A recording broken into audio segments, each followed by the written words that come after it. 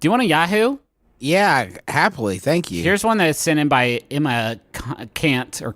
Thank you, Emma. It's Yahoo Answers user. Well, they're anonymous, but I'm going to call them Boba. Asks, why don't we eat fruit hot and microwaved? Thank you. I feel like this might be good. Hot strawberries, grapes, watermelon, pears. We eat spaghetti and Pizza Hut, so why not fruit? Okay, we can play in this space, but you can grill watermelon and eat it. People do that. So I will remove watermelon from the metaphorical plate, and we won't discuss watermelon. Well, I mean, you could do a fancy preparation of any of these fruits, right? Yes. I don't think this question is saying it's impossible to eat these fruits hot and microwaved. The verb microwaved in there, I think, sets the tone of the question. Of course, you can go to a fancy cuisine restaurant, and they'll, put some strawberries on some, fancy ravioli, whatever the fuck, and cook them up hot, yum. But they're talking about just cash. You pull some grapes out of the freezer, and instead of just popping those little purple candies in your mouth, you change the heat of them a little bit. You get them hot. You get them hot or warm with the microwave. Having to say to another human being the sentence like, oh, don't eat those grapes yet. They need time to cool. It would make me feel like the weirdest pervert in history. Yeah, sure. Gonna burn your tongue on that sizzling strawberry. Get the fuck out of the house. No, hey, blow on that strawberry. It's not ready yet. No way. Gots to go. Hey, also, if you put grapes in a microwave, I'm pretty sure it makes it explode, like a little explosion. I think they all do, Griffin. I'm thinking about all of the fruits you mentioned, the strawberry, the grape, the watermelon. I'm pretty sure we're talking about just a microwave mess. Oh, all the watermelon, I bet, would make a big accident in the microwave. If you could get a hole in there, oh, Boise. That's a bad day. You got to get out of the house at that point. You're going to just destroy the whole place. But here's the thing, though. You do eat spaghetti and Pizza Hut. That's true. That's a great point, Griff. Very salient. What if we put strawberries on pizza? No, stop it. Why don't we eat that? We put pineapple on pizza. Let's answer the core question first. Why don't we eat fruit hot and microwaved? Because we're afraid. But we do. What about cobblers? That's full of hot fruit. Oh my god. Fuck. I'm gonna come through this mic. I'm gonna come through your sound interface, and I'm gonna start striking you. I wouldn't do that to you. You're my brothers, and I love you more than anything. We're not talking about highfalutin preparations. I take grapes out of the fridge, and instead of just popping them in cold at a picnic, I get them hot in the microwave first, and now I'm eating grapes, baby. I'm not talking about cooking the grapes. I'm talking about getting the grapes hot, baby. Okay? You have to do. I'm not talking about cooked cobblers. I'm talking about hot. Cooking them and getting them hot. Yeah. Justin. No, you're using fancy words like cook. Griffin's saying microwaving them. What's the difference between cooking them and getting them hot? I have to know. It's because it's okay, I'll tell you. You got leftover fried chicken, right? And you can either eat that hot or you can eat that cold. When you put it in the microwave, you don't say you're cooking fried chicken. You're getting it hot. The grapes you're heating it. You're heating it. You're on the fucking wrong. You're laughing at me. You're on the wrong fucking side of history right now, and our listeners are going to let you know that. Nobody would say, Justin, what about this sentence? Don't eat those grapes. They're raw. That's nothing. That's nothing. Oh, that's a raw strawberry. You eat that, you're going to get tummy rot. No. So if you dump a couple packets of oatmeal into a bowl and he'll put some water in there and then microwave it, all right, do you say that you are cooking oatmeal? No, you're heating up the oatmeal. You're preparing it. Preparing it. That seems like a middle ground. You mixed ingredients there. Okay, so that is cooking. This is the fucking Justin's so far outside of the space that Travis and I have 1.5 bouncy castles because Justin's abandoned his and we're taking turns sharing it, and that's fine, Justin. So let's just dial into this. Why don't we cook grapes in the microwave and eat them? You fucking fascist. If that's really grapes? If that's really what you want to limit the discourse down to, that's fine. Why don't we cook and eat grapes after putting them in the microwave first? Well, okay. Why don't we microwave steak? Why don't we microwave Justin, bread? We do. It's nonsense. If I have a steak that I have some leftover sirloin from the night before, I would pop that into the microwave and heat it up a little bit if I would just want to gnaw on it, maybe a late night snack. Upstate. Is that for when you transform into a living dog? Yeah. And you have something to nosh on in your bowl? Of course. Like what? Hey, yo, that's not food a human would eat. For real, do you all see that in cartoons where they give a dog a big raw piece of meat and you're like, no. That's probably not good, right? Now, cook that. Nah, it can't be Why good. don't you like your dog? Or they give him like a whole chicken to eat or some shit? Don't do that. Or like Fred Flintstone's about to eat just like a big raw like leg of a dinosaur, bud. I always felt that was the weirdest part in the Flintstones cartoon when Fred Flintstone would chase after like a brontosaurus and catch it and just tear into its raw flesh. Getting its legs, yeah. So Justin, why don't we eat hot grapes though? If you put a bunch of fruit Yes. in the microwave in a cup, okay, and then put some yogurt and granola on top. Fuck. Oh, you got a nice little breakfast going. Are you saying hot berries? That recipe was in the Washington Post. This is not hiding. This is right there out in front of us. You're saying put some hot berries in my parfait? Saying hot berries. How many? Hey, Justin. Yeah. You've been around this block for a while, and I know that. Hot berry block? No, stop it. Listen, let me play. Let me play at you. If you're not gonna play with me, let me play at you. You've eaten grapes, yes? Yeah, bud. I would say throughout the fullness of time of your life, you've probably eaten a lot of grapes. Not, maybe not the average, maybe not more than the average, Not an maybe less obscene than that. amount? No. But- I would say right down the fucking middle. Right down the fucking middle. And what's the process? Go ahead, paint me a little word picture of you sitting in the living room. You decide you want some grapes, and then just sort of walk me through the whole process up to you chewing and swallowing the grapes. So go ahead. Okay, with the process. so I would. And hey, don't play with funny times because it's me playing at you. You get to be Mr. Serious fucking Ben Stein over there, but I'm gonna be like having fun. So don't jokes. I would go to the refrigerator. I would take out. I'm sorry, I said refrigerator. I would go to the refrigerator. I would take out a bag with grapes. Okay. And then I would get a bowl and I would pull a bunch of the grapes off the stem. Mm-hmm. I would give them kind of a rinsey rinse. Gotta do that. And then I would just proceed to chomping. Now, Justin, let me ask you, I do have an important qualifier there just before Griffin jumps in with his point. When you rinse them, cold water or hot water? Cold water. Okay, Perfect. I'm glad that you've filled that out for me, Trav. And then Justin, so you've done this quite a few times, yes, you would say? Just the regular amount. And you tell me now how many outlier times you have done it where you then take the grapes and you put them in the microwave before eating them, please now tell me, yes? How many times, a number, exact estimation, whatever you can get it to, please, thank you. Probably none. And so I guess my follow-up question to that would be, why? Justify yourself, Justin. Well, I mean, The floor is yours. was the question about grapes specifically, Why? or was it about fruit? No, you have made it about grapes. By your actions, it is now about grapes. And Justin, I would take it even further and say that none of those times when you have consumed grapes did you even ever think you weren't making the choice not to put it in the microwave. I don't even think the microwave even ever occurred to you because you're scared. I just didn't. I like them cold. Why? Okay. Yeah, I guess. Okay. Where I'm at is I like them cold. Well, I like Diet Pepsi, but I drink other stuff too. So I guess if you're just not, this is the worst we've ever done on a question because from the moment it was introduced into our lives, Justin wanted to throw it right out into the river. Justin, who's the coolest celebrity in your estimation?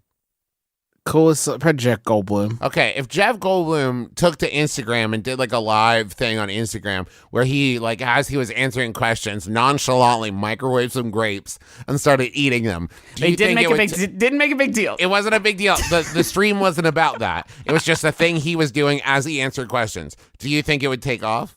Maybe. Okay. All right. I'm pretty sure these things are bad for your microwave, folks. Don't do this as a joke for home. Pretty sure. But if you have done it before, yeah. do tweet at Justin McElroy about the hot grapes. Boy, I bet a hot grape, though, if you want to talk about a dangerous food to eat, because you have no idea what the temperature of the juices are going to be in there. And it's just a little, like, hot water balloon. Like, it's all it is hot water inside of it that's going to burn your mouth real bad. Sure. Here's one from Emily. Emily sent it in. Thanks, Emily. It's from Yahoo Answers user Maddie, who asks, I need 50 words to describe birds visually. Let me know what words come up when you think of how birds look. I'm just going to start a count, I guess. Wait, does it have to be? Do you actually have a counter? I'll get the calculator open and I'll just press press 1. You just actually do 1 + 1 and then you press equal. Is that equals every time? I think that could work. No, it just keeps saying 2. Maybe it's a different calculator. Maybe something like a you can make counter hash app. marks on a piece of paper. I might have a counter app. I have a step counter. I can take a step every time we say. This is good because it'll buy us some time to think of good bird words. I'm gonna write. Let me write down here. Okay, I got it. Okay. All right. Okay, I'm ready. Let's just start firing them off, and I don't think we should go in order. I think we should just. Oh, okay. You actually fucked up with the first one. Beak. I mean, it describes a bird visually, technically, if you think about it. Yeah, do you want me to describe a beak? Because that wasn't the challenge. Okay, listen, we're only one in, and we got 49 to go, so we can't quibble this much on all of them, but I'm gonna say no more anatomical terms, because otherwise then that could just be the whole thing. Okay. Pretty. Up. Did you say up? Yes, that's 3. God, guys, we have 47 to go. This is gonna last fucking forever. I thought for sure we'd be done I'm by saying now. flappy. Flappy. Aloft. Worms. Because they usually have worms in their mouth. Oh, okay. Hoppy. That was a bad one, but it's on the list. They hop. Yeah, sure. Betailed. Betailed. I like it. Bewinged. Bebeat. That's 10. Befeathered. Yeah. All right. We can't know. That's it for the bees. No more bee ones. Blue. Yeah. Okay. Hold on. We're up to 12. Red, yellow, white, gray. That's 16. Okay, that covers most of the bird colors, like families. Squawky. Squawky's good. I would say just blanket. Number 18, just noisy. Noisy. Wait, is this what is the question? Describe birds usually. Shit. -1. Okay, so squawky. -1. Okay, we're at 16. We're at 16. Okay. Beady-eyed, but it's hyphenated. Okay, we'll accept it. Intimidating. Nice. Inspiring. Okay. Good. Threat. No, we already said intimidating. Harbingers. Harbingers is a noun. Yeah, -1. Harbingy. And not visual. And not Harbingers. Okay, and we're back up to 20. Okay. Unnerving. Unnerving. Shitty. Okay, I like that. They look. You think birds as a whole look shitty? I think they can be. I think birds can look shitty. Okay, sexy. Elegant. Goofy. Mysterious. We're at 26, boys. We were past the halfway point. What about this? Horny. Yeah, that bird looks horny. It looks horny. Well, yeah, Look sometimes at- you you see can the just two tell. birds and they have their wings way out and they're just like walking towards another bird's ass. Like, that bird's ready to fuck. Yeah. Let me say, how about this one? Delicious. That bird looks delicious. Oh, that's Okay, yeah. great point. Small. Kickable. No. Wait, we can go with delicious but not kickable? No, because it's mean and it's too edgy and it's too Huggable. Spencer's gifts. Huggable will allow. I would like to hug an ostrich. A big bird. We're at 30 right now. Can we do 2 words together and it could just be my pet? Yeah. Because they can be my pet. They look like your pet. my savior. My pet is 31 and 32. You say my savior? Okay. I did, yes. 33, 34. If you're Justin, talking you want to about get... the crow. Everybody gets a 2-word one. Mine's my pet. Travis did my savior. And Justin, what's your 2-word one? My immortal. My immortal. This gets us up to 36. We love these birds. Half angel. Nope. Without, Damn is it. it hyphenated? Yes. It doesn't make sense. We're still at 36. Chris Angel. I'm torn on that one. I could go either way. Birds don't look like Chris Angel. Chris Angel can sometimes look like a bird. He can true. turn into 9 birds, but that's not, I don't think that visually describes birds as much as it sort of generally describes Chris Angel and his abilities. We are still at 36. I'm going to say biblical. Okay. They look biblical. Yeah, it's just like you see a dove and you're like, there's one of Oh, Jesus's good friends. Deliverers. No, man, you don't know what adjectives Let's are. stop. We're at 37. I feel like we're going to get really chunked up here if we don't get back to basics real quick. Beak. Yes. Beak, we did beaked. We've already got beaked. Yeah. I think we got beaked. I feel like we're missing, what about like extant? Yeah, like They're that. there. Corporeal. Corporeal. Look there. They look not transparent and not translucent. Opaque. Opaque. Opaque. Yeah, yes. birds are opaque. Most birds are opaque. Can I hit you with this one? Birds. Oh, okay. That one's I feel like that's describing birds in one word. But see, that's good. What's good about that one is that it does describe birds look like birds, but also if somebody just finds this list sitting on the street, they're going to kind of know what we're talking about when they get to birds. I mean, it is number 41, so they're going to be confused up to that. But when they see birds, it's like the secret codex. Let me see what you guys think about this one. Like the Blue Jays. Yeah. Toronto Blue Toronto Jays works. is 42. Now, here's my Toronto question. would be Maybe one. the last 3 words, Griffin, because it didn't say we can't use punctuation, can just be, birds, and it's just, comma, birds, question mark? We already done our compound once. We already said they're birds. We have 8 words left, and this is our home stretch, and we really got to make them count. We've gone really long in this recording, but this is an important thing now. Hungry. Fatherly. Sorry, you both overspoke. Okay. Now I want to hear Travis's first. I'll go second. Hungry. Birds can look hungry. Yes. Birds can't look hungry. Paternal. Paternal. How? Like Just a because they're bird on the kinda nest. looks like it would be a good dad. Okay. Oh, I've got it. Thieving. Oh, I like that. Is show off one word? It's an adjective. Vain is a word. Vain's an adjective. Vain. Yeah. How about We're getting this? guys. It's not stop. Hold on. We got 4 left. I don't want them to be slams on birds. I want the last 4 to be good words about birds. Can I give you this one? Avuncular. What's that mean? It, like unto an uncle. A nature that is like an uncle style nature. So wait, you're saying you would look at a bird and say, I would let that bird maybe like hang out with my daughter who would be its niece. That bird could be my dad's brother. Okay. Yeah.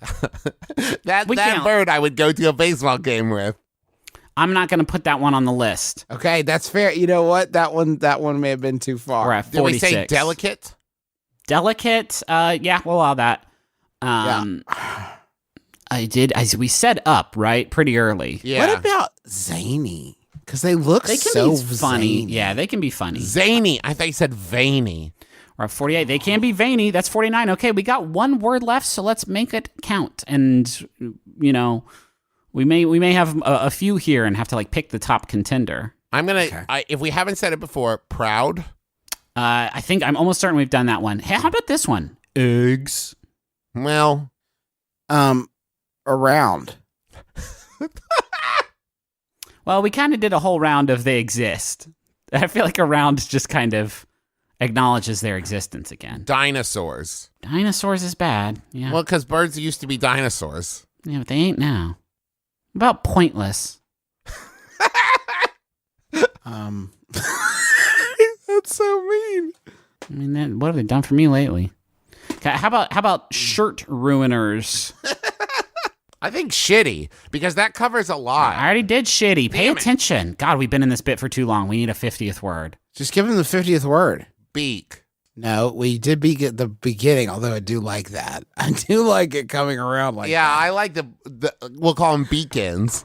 What about? Oh, I got it. Oh, wait a minute. What about I got it. Well, what about presidential? That's pretty good. What about hyphenated? The end. And that could be, Yes. if we turn the list in, the teacher will know that that's where it finished. I love that. That's so good. All right, that's 50. Thanks, folks. Do you guys want Yahoo? I think This one's so wild, and I deliberated to not bring it, but then I am, because it is part of what could be a new segment called Hey Yahoo, are you guys okay? That is a wild thing to hear you say after 535 episodes. Yeah. It's terrifying to me. My butthole clenched hearing you say, this is a wild one. This is a wild one. So the question, it was sent in by a couple people. It's from Yahoo Answers user Skater Mom of 5, Wow. which absolutely fucking rips. And Skater Mom of 5 asks, what do we really know about Mrs. Claus? Huh. Y'all, there are 33 answers on this one, which is a lot for Yahoo. And they, first of all, anytime you write the word Santa on Yahoo, it changes the colors to make it red and green, which seems unnecessary, like completely unnecessary. But the answers that literally 100% of the people who have answered this question have submitted are absolutely fucking batshit wild, outer space, fucking gadzooks, Looney Tunes out there wild man shit. And I'm just going to break you off a few pieces. Please. For all the cartoons and stories and rumors, we really don't know much about Mrs. Claus. Rumors? Yeah, you know, the Santa Claus rumors. We really don't know much about Mrs. Claus. I do know that she exists, since when I talk to Santa and I ask her how she is, he usually says that she's well and sends her good wishes. It was a cool way to start out. Well, I know that Santa's the center. Just side note, Griffin, the way Please? you phrase that, the way that the person has phrased this, does make it sound like Santa might have killed Mrs. Claus and is covering that up. How's Mrs. Claus? Oh, she's fine. She's doing very Fine. She's just, she's so busy right now. She can't come to the phone. Boy, there sure are a lot of places to bury somebody on the North Pole, huh? Right. They would never catch him. That's why he keeps the reindeers. The reindeers, they'll eat whatever you feed them. Yeah. Here's another one, just literally the next one. Well, I know that Santa's the center of my everything, and he really does love cookies and milk and even hot cocoa. The elves sometimes love to tease him. As for me, I love to bake and help out in the workshop, and my main job is cooking and cleaning and picking up and doing laundry. Okay, so they are... Interesting. They are inhabiting Mrs. Claus in this one. There are no quotation marks. With all the little ones around here, I have a full-time job too. I must care for the animals and take them to appointments. So the reindeers get sick? The reindeers get sick? No, I think the little ones are the elves. The animals get sick and I have to take them to appointments. Right. And when the elves have soccer games or school or work, I help them with that too. Bedtime Santa and I both try to do together. Bedtime stories are a must at our house. We often go over the naughty and nice list together before bed, and then we read our Bible, check in on the elves and animals, and we kiss each other goodnight, and I set the cocoa machine before bed, and we sleep in the morning. And then in the morning, we fuck? Then we fuck like fucking wild dogs. I don't like this idea of Santa Claus as a follower of Christ. Okay. Because for me, I don't understand a Christian who's like, I'm going to make this kid's birthday all about me. Right. Because that's what he did. You know what I mean? Yeah. I want to make this one about me. Santa really took that one away from old Jesus, didn't he? Yeah. He did. I don't see Jesus on Coke cans. All right? Just like the Energizer Bunny took over Easter. Yeah. Jesus had one house. Okay? Cadbury Bunny. When fucking Bart Simpson took Easter with all of his great Butterfinger commercials. Here's another one, literally the next one. Mrs. Claus used to be invented to assuage matters over Santa's loneliness. All right. Children normally requested if Santa had a spouse and youngsters, so a few shrewd creator or advertiser determined sure. However, they just have the youngsters of this sector to like and none in their possess. So like this, if I'm reading this correctly, Mrs. Claus was invented because kids would come up to Santa and be like, "Damn, Santa, are you getting some though, dog? You getting some up there up in the pole? You getting the pole up in the pole, Santa?" Probably not. Originally, the answer when he got asked that was he would just say, "I've got ho-ho-hos in different area codes." Travis, it's funny that you say that. Just a few more down, I heard that she's married to a ho-ho, a.k.a. Santa, old St. Nick, Kris Kringle. You're getting coal in your stocking for blabbing, M. Shame on you. Don't know what none of that does or means it. Here's one. That she is married to Santa Claus. In, out, bing, bang, boom. And we're done. Oh, here's but if that's the only thing you know about her, shame on you, sir. Shame on you. Like, you didn't know this one from an anonymous user. She sits while her husband Santa and his elves do all the work. She also can't have kids unless Santa's sperm is bad. Killer. Okay. She is probably sitting at home getting visits from a Tiger Woods. Whoa. She's the driving force behind the legend of Santa Claus. I like that one. I like that one too. I like the strong woman behind the man angle. I love that one. She was bitten 3 nights ago by me. Her name is now Mrs. Claustrophobic because she's trapped in my cellar. Yahoo! Hey! What? It's me, Griffin. Hey, I see you're trapped down there. And that big, deep hole? I got a rope here. Do you need help? I can pull you out. So I'm confused by that. They bit Mrs. Claus, and that led her to being trapped in the basement, or is there a step in there? They got bit, and then that means they get to keep them. Oh, next one, lone wolf. Santa always wears a cup. Not the question, but thank you very much. Hey, I feel like that person pulled up a convertible like, hey, I'd like to throw my my fucking thing in here. if we got time, Santa always wears a cup. George, we know you mention it anytime we talk about literally anything. Fucking back to back. She's all warm, rosy-cheeked, joyful, with a merry laugh and sweet. This is the only answer of these 33 that got a thumbs down reaction from somebody. Literally next. You're not buying into the fiction enough. Literally next. She likes to stay close to the pole. Hussy! Yahoo! I wish I could put a website in timeout. Can I fucking call, I guess, Elon? Like, I don't want to, but is there anybody who can put a website in timeout? Santa.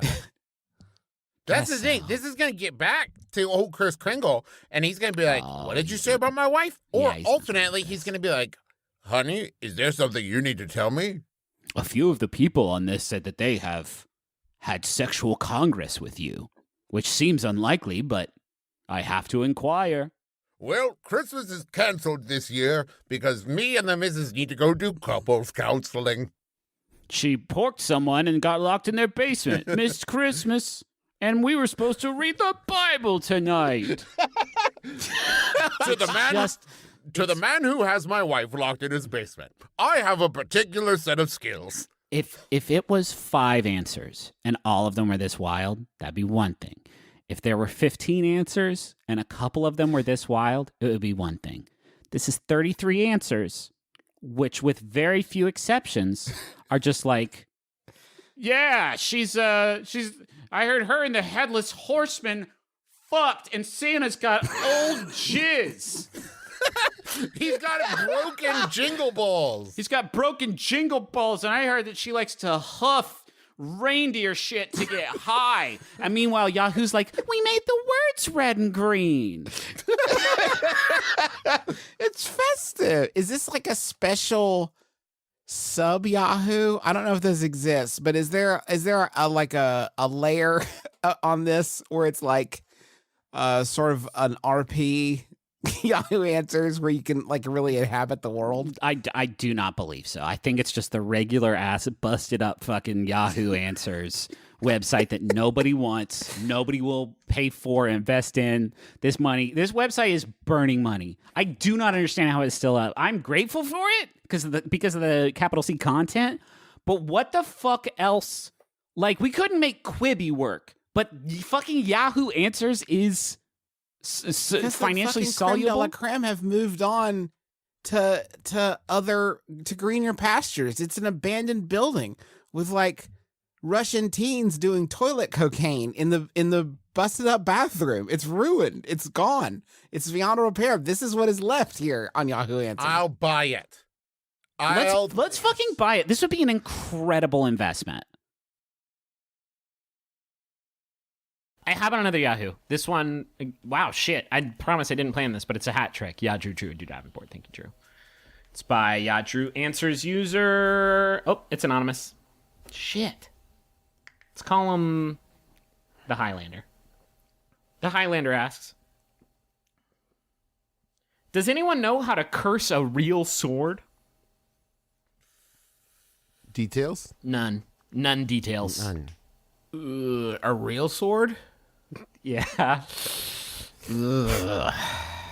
As opposed to real, like with a knot, like with an edge and metal and what all. Yeah. Your typical real sword. Light quality? Doesn't say. Just like a real, like curse like a Nerf sword? Does he want to curse a Nerf sword? I mean, a Nerf sword is real, but I think in the real in this subject is modifying sword. So, like a real, like, fighting sword. A real sword. Ugh. Do you know how to curse a Nerf sword? Gosh, a real sword? Had to be real, didn't it? Yeah, that's the... Couldn't you just take your Nerf sword curse and, like, use it on the sword? Yeah. Which sword? The real sword. A real sword. Cursing a real sword. Gosh. A real sword. Can I ask? What about can I interest you in a cursed... Wait, what did you want?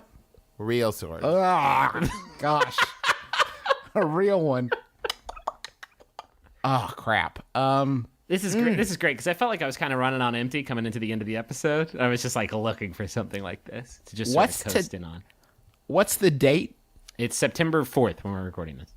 Roughly what time is it? About 5.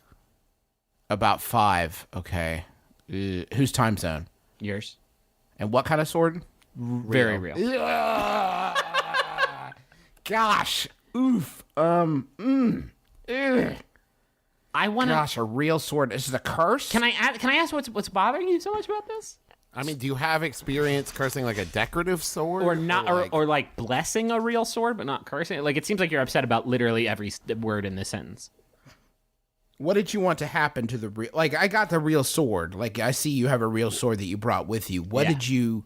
Like, clarify for me what exactly you want to happen. We wanted to curse it. Curse what? A real sword. Gosh. Can you enchant... This is a toughie. Yeah, can you enchant a real sword? Enchant it with what? Magic? Yeah, but what kind of enchantment are you wanting? Fire. Like, there's we'll say fire. What? Like fire. Well, a fire enchantment on a real sword that's no problem at all. You knock that out. You knock that out over the weekend. Do that. Yeah, I'll do that. But what about, so just take that and like curse the real sword. Yeah. But I know. Think about it this way. Think about the sweat equity that you're building. When people buy swords and they just put them up on the shelf and they think like, oh, that's gonna increase in value, but it's not, because the sword needs to be honed. You know what I mean? It needs to be used, or in this case, it needs to be enchanted with dark magics. And if you do that, you're gonna be able to resell this for, God, I don't know, 50 to 100% profit. Depends on the curse too, and the sword. Yeah, I mean, I would think, depending on the kind of sword that you're wanting to curse, it could be really easy, or it could be really difficult. It depends on the type of sword that you're wanting to put the curse on. What about a scimitar? What kind of real scimitar? That is tough. $100. That wasn't even the question. The question was, does anyone know how to curse a real sword? Not how much would it cost Justin McElroy to curse my real sword. Wait, what did you want to curse? I'm so mad you didn't stick the dismount. You flipped in the air for 20 minutes. You didn't stick the landing. A real sword. $200. Why did it increase? You wasted my time, kid. Okay. All right. Are you going to curse this fucking sword for me or not? I will if you keep your voice down. Wait. And I also need you to buy some of these unicorn figurines. Wait, is it a fucking sword? Because that I can curse. That's no problem. As long as it is not... gosh, I can't even say it. Yeah. Real? $300. I'm leaving. I'm leaving this store. This is a bad store run by not business-minded people. Well, I have some bad news for you. What's that? It's a Starbucks, and you've been dead the whole time. Well, wait. Twist. Shyamalan. Why do I have a sword? Do you? Look at your right hand. Holy shit, this is not a real sword at all. That's one of our new sausage and Gouda sandwiches. They're new this week. Can you curse this for me? Yeah, no problem. How much is that? How much is what? Cursing my sandwich. Oh, that comes free with the purchase. Oh, fuck yeah. Yeah, do it. No problem. Can you toast it? Okay. Is it? Wait, hold on. Stop. Wait. Stop. Hold on. Wait. Hold on. Stop. Are you, in your mind, when you toast something, and this is very important, I should have asked this up front. When you toast something, do you refer to that as cursing it? Yes. Okay. Now, when you say sausage and Gouda sandwich, are you referring to a real sword? No, it's a real sandwich. Okay, that's no problem. So when you, in the morning times, you say, hey, I know what I'll have, a little breakfast time treat. I'm going to curse some waffles. Right. Give them the curse of incineration. Okay. You know what? I will have that on my sword. Thank you. Have what? Thank you all for listening to my brother and me. That was our Who's On First. We're going to break that out into a little single. Going to stamp that on the vinyl. Here's a Yahoo that was sent in. Thank you, Adrian Cowles, for sending this in. It's Yahoo Answers user Jason, who asks, what's your power meal? Update. I have 2. 15 bean soup and vegan chili. 15 beans? That's 15 different kinds of beans, right? Not just like 15 beans. I think it's 15 beans because it's all that all that your village had, and you put it in there with the water, and then everybody kind of makes up an imagination thing they put in there, and then at the end you eat it, and you're like, where'd the my beans favorite, my favorite soup. But then you're like, we all know that this tastes like shit, right? Well, Jeremy put a fucking rock in here and said it was like a magic rock that tasted good, but we can all agree that this is fucking gross, right? Okay. What's your power meal, though? What do you eat? I thought about this because I've reached a point now where there's very little food that makes me not want to either, 1, go to sleep, or 2, go to sleep on a toilet. And I don't know that food makes me feel powerful anymore as much as it makes me feel sad. That so it's this sort isn't of, like your favorite happy comfort meal, right? Because for me, that's far too much fried chicken and cheesecake that does not make me feel powerful. No, not powerful. Not powerful. I'm talking about I'm about to go fucking play paintball, and I need to load up, and I'm gonna get out there and play paintball, and I need to load up. And so, like, what's the meal I eat before then, so I can feel powerful, so I can do all my cool like knee slide John Woo shit. Mm-hmm. And I'm saying I don't know because there's literally nothing. I mean, if you get me here's what it is for me. Salad, but like staked out, like tons of steak. And if you put a bunch of steak like a on salad you've been salad, watching for weeks. no, to make sure nobody is tampered with it and make sure it's not falsifying documents. No, a steak salad, because it's like it blasts you with veggies and you love that raw energy, but then right behind it, it's got the protein there to kind of scoop you up. To make you go crazy. Yeah, that's to make you go crazy. Give you the body fuel. The other thing that I definitely would include in there is hot sauce. Like if you no, the power's gone, Justin. That's all I use. I don't use salad dressing. I use hot sauce on my salads. It turns you into a sports car. What? It turns you into a sports car so you can go fast. And so there's our legally mandated every 100 episodes Turbo Teen. Travis, Justin, if you think we reference Turbo Teen every 100 episodes, you are out of your fucking mind. Fair enough. Justin, mine is similar, but mine is more contextual salad where it has to be like surprise good decision salad. Okay, yes. You know, where it's like, oh, I'm feeling a little sluggish, right? I can't plan on having the salad, but I have to, in the moment, we're like, you know what? I'm going to have a salad. Yes. And that is like, it sneaks up on me and we go on an adventure together where I feel like I've made a good choice. And that happens to me on tour sometimes. Yes. On tour, sometimes like around the last show, Paul will be like, let's get that dinner order in. I'm like, you know what I'm going to go with? And he like turns to me really slowly. He's like, Justin, you don't mean and I'm like, yeah, Paul, I do. A salad. And then everybody on the crew like rushes into the green room, which is against our rider. And everybody in the crew rushes in the green room and they just start applauding and screaming, like flinging things everywhere. That is a thing that happens, all three of us. It'll be like, if it's as if someone just suggested like a dessert where I'm like, ooh, a salad. Actually, yeah, change mine to salad too.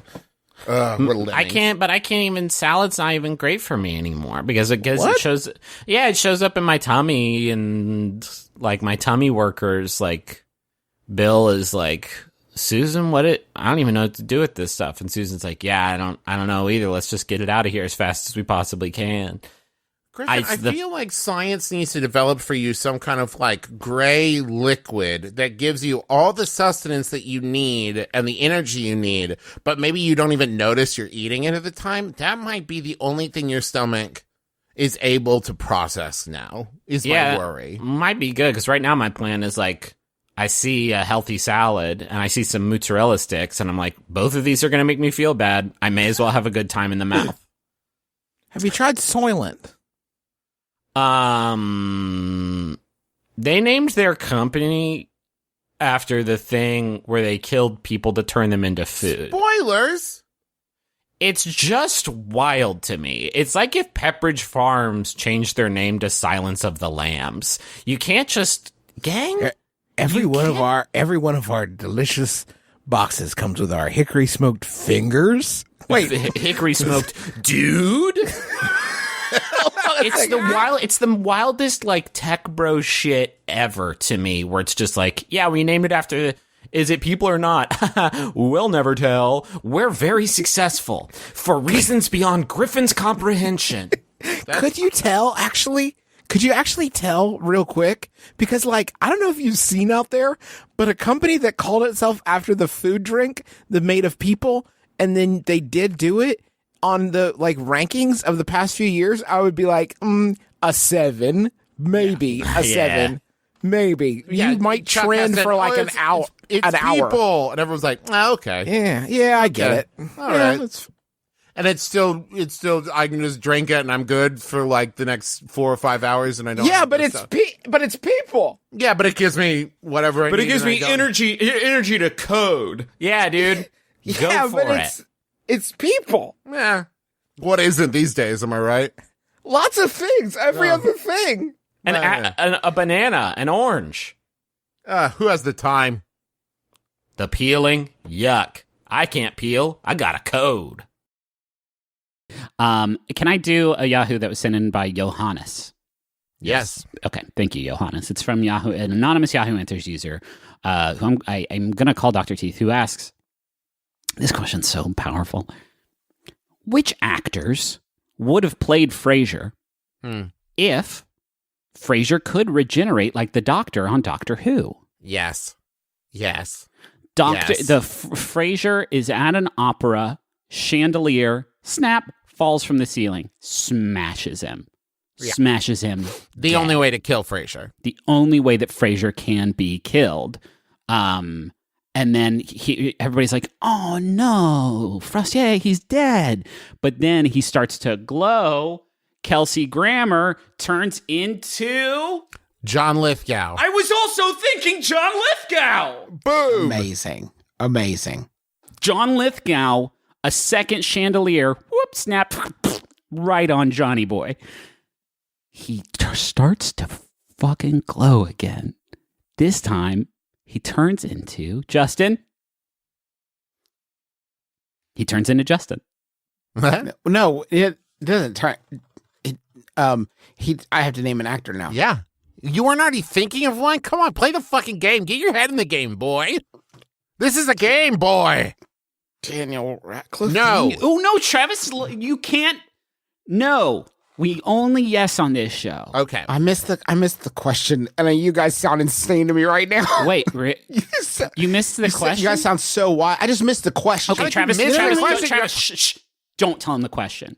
Justin, I want more answers to the question. Okay. Daniel Radcliffe is crushed by... What have you heard so far, Justin? I heard John Lithgow and something about a chandelier. Okay, good, perfect. Do you know everything you need to know? Daniel Radcliffe is tragically smooshed by a third, even bigger chandelier. His body starts to glow and he transforms into... Larry Bird? Oh. An interesting choice that I don't hate. Now that might seem like a stunt choice. Now, but Larry Bird, I will say this, probably knows a lot about wine. I don't hate it, Juice. Wait, how does wine figure in? I don't hate it, Juice. How does wine figure in? You're never going to believe this. The first who would chandelier. You partner with Larry Bird? No, because there's not two doctors on Doctor Who. No, but the doctor gets new companions. So there's Doctor Who and there's wine is involved. Okay. The first Doctor chandelier. Who gets new companions, though. That's true. The first chandelier. It's got to be Jordan, by the way. I'd love to see the two. Oh, yeah, absolutely. Okay. I could hang with that. The first chandelier zips back up to the ceiling and then falls on Larry Bird, tragically killing him, but his body starts to glow and then he transforms into who next, Justin? Well, can I give you another point of data, Justin, what I was going to say, and maybe see if this will inform my next choice? Yeah. Richard Dreyfuss was what I was going to say next. Richard Dreyfuss is I will say this, Travis, a very dry choice. And I'm going to squish him. I'm going to squish him basically immediately. Okay, that's fair. Richard Dreyfuss glows and transforms into who next, Justin? In this classic role. That is not Doctor Who. Alias Shawkat. Huh. Holy shit. I'd watch the fuck out of that. Yeah, I mean, I'd watch the fuck out of that. let me see if I can phrase this in a question that won't give it entirely away. Is that would there be any dramatic changes to the personality of this classic character as played by Aaliyah Shawkat? Or are we just going straight down the middle? Shorter? Yeah, I mean, yeah. Urbane? Probably more urbane. More urbane. Not possible. Okay. Erudite? More erudite. More erudite. Holy shit. Wow, fucking. Wait, let me make sure that word means. It's going to be off the charts. Oh, man. I was trying to Google the definition for erudite, and I Googled a definition for erudite, which is so embarrassing on like 3 different levels at the same time. Erudite. So, Justin, well, I'm going to go ahead and tell you, we are talking about Fraiser, and I think Aaliyah Shawkat as Fraiser is one of the boldest sort of choices you've... Okay, I put it right up there with Larry Bird, though, who I think right there, Larry Bird was announced, and I think a big part of the audience was like, no thank you, stunt casting. But, like, it wasn't stunt casting. He auditioned. He said, don't give it to me just on my name. Give it to me based on merit. He auditioned, nailed it. Even Kelsey Grammer was like, that's more, like, he's more Frasier than, he's Frasist. And so they gave it to Larry Bird, and Larry Bird did great. He ran for 9 seasons. I think that most television sitcom producers are cowards. Yeah. Because, let me hit you with this. Season 3 finale of Fresh Prince of Bel-Air. They fucking, Aunt Viv is like walking down the stairs and then like trips and goes over and falls horribly and is just dunsies. And Fresh Prince is like, oh no! But then she transforms into a different actress. And that's the way that they fucking write that out. That's how they write that off. You don't just do a switch. Fucking 2.5 Men. Well, I guess they did do a sort of in fiction thing with 2.5 Men, but you know, not the same. He didn't just regenerate into a different character. That's fair. Because here's the thing, Doctor Who, that was bullshit they made up to recast the part, right? Like, it's not like, well, it's just true about Time Lords. No, they fucking made that up. Anyone could make that up. Anyone can do it. You guys want to hear the fucking best? I actually have the best casting for Frasier and Niles. Okay. And this is what would happen if it was getting rebooted today. I'm going to get Johnny Galecki and Jim Parsons as Frasier and Niles. I love it. They're back. They're back together again. Okay. The Big Bangs are banging once more. And get Kaylee for Daphne. Now, Justin, it just kind of feels like what you're doing is You're both rebooting Frasier, but also Big Bang Theory. This is sort of your back door. Mayim Bialik is Ross. Easy. Okay, you're just kind of slamming Big Bang Theory and Frasier together and seeing what noise it makes. I'm just hearing the wet slap of Frasier and Big Bang Theory just kind of running into each other in your Who large plays Martin, Justin? Will Wheaton. Okay. And who plays the dog? John Ross Bowie. John Ross Bowie is back with Christine Baranski was on Big Bang Theory. Okay. Perfect. You guys know I think she was probably also on Frasier. You guys know a lot about Big Bang Theory. Thank you, Griffin. God, so... you hope somebody's going to notice. Let's take a quick break. Hold on, Justin. Yep. Parsons, Galecki. Which one's which? Which one's Frasier? Which one's Niles? True West. Oh, fuck. True West, baby. True Westing it. True Westing it, baby. Every episode's a True West. And so they swap episode to episode, not halfway through each episode? Interesting. No, every commercial break. That's the best option. There's very distinct glasses. That's great. Maybe they have hats that they always wear. Let's take a quick break, and then we'll be right back with more great content. Holy shit. Smooth. Do you guys remember when Kelsey Grammer fell off that stage? Oh, yeah, baby. I think about it every day. Every single day. Do you guys want a Yahoo? Yes, please. Yes. Just want to send him by Morgan Davey. Keep it wavy, Morgan Davey. It's pretty good. It's by Yahoo Answers user. Sorry, something's gone wrong. I want to call them. Burger Man asks, what is the meaning of the Oh, man. Sorry. What is the meaning of The Gambler by Kenny Rogers? God, man, you tell me. I heard the song on the way home from dinner last night. We all argued on what the song was really written about. I would like to know your views. I personally think it's about women. My son believes it's about poker. My wife says it's about My son life. is very literal. My wife says it's about life. I can find anyone on the web where people have debated this topic. Okay? Little known fact, it's about origami. Maybe y'all can help me. Thanks, CB. So I guess this is by Charles Bradshaw. What do you guys think it's about? Here's the thing. A lot of people read too much into this. I think I'm going to go with The Sun. And I think it's just like a song all about high-level poker strategies. Well, I tell you, Griffin, here's the thing. I think you're right on one level. But on another level, it's also about a song where someone dies in the middle of the song. And very often, that portion of the song is kind of glazed over. But there's a death in the middle of this song that everyone sings all the time. Okay, here's what happens in The Gambler. If you're looking for the little story of The Gambler, there's two men on a train. One man looks at the other man and says, "Hey, you're looking pretty rough and run down. Like, you don't look great. But if you let me, if you give me some whiskey, I will give you the answers that will help turn this around for you." And he's like, "Okay, here's some whiskey." So he drinks some whiskey and he says, "Play poker well. Every hand can win, every hand can lose, and the best that you can hope for is to die in your sleep." And then, as if like and he like winks, and then he dies in his sleep. It's like, no, it was the most object lesson any teacher has ever taught. Watch. The best you go for is die in your sleep, like this. Watch me do it. Allow me to demonstrate. And then there's a sequel called The Gambler 2, which is like, can I get some help in here? There's a dead old man in this train car. There's a dead old man in here. Like, I gave him the wrong bottle. so let me. I forgot I had this pen cleaner with me. So let me get this straight, tough guy. You're sitting there with the man. The last thing he ever does is drink from a bottle you gave him, and then he just dies. Just like that. Right after he says you should die in your sleep, he dies in his sleep. You really suspect us to believe that? You're going Listen, to jail. you got to believe me. It was a beautiful moment, and he told me that you got to know when to hold them and know when to fold them, and I think he was talking about more than poker. And then he died. And then he died in his sleep.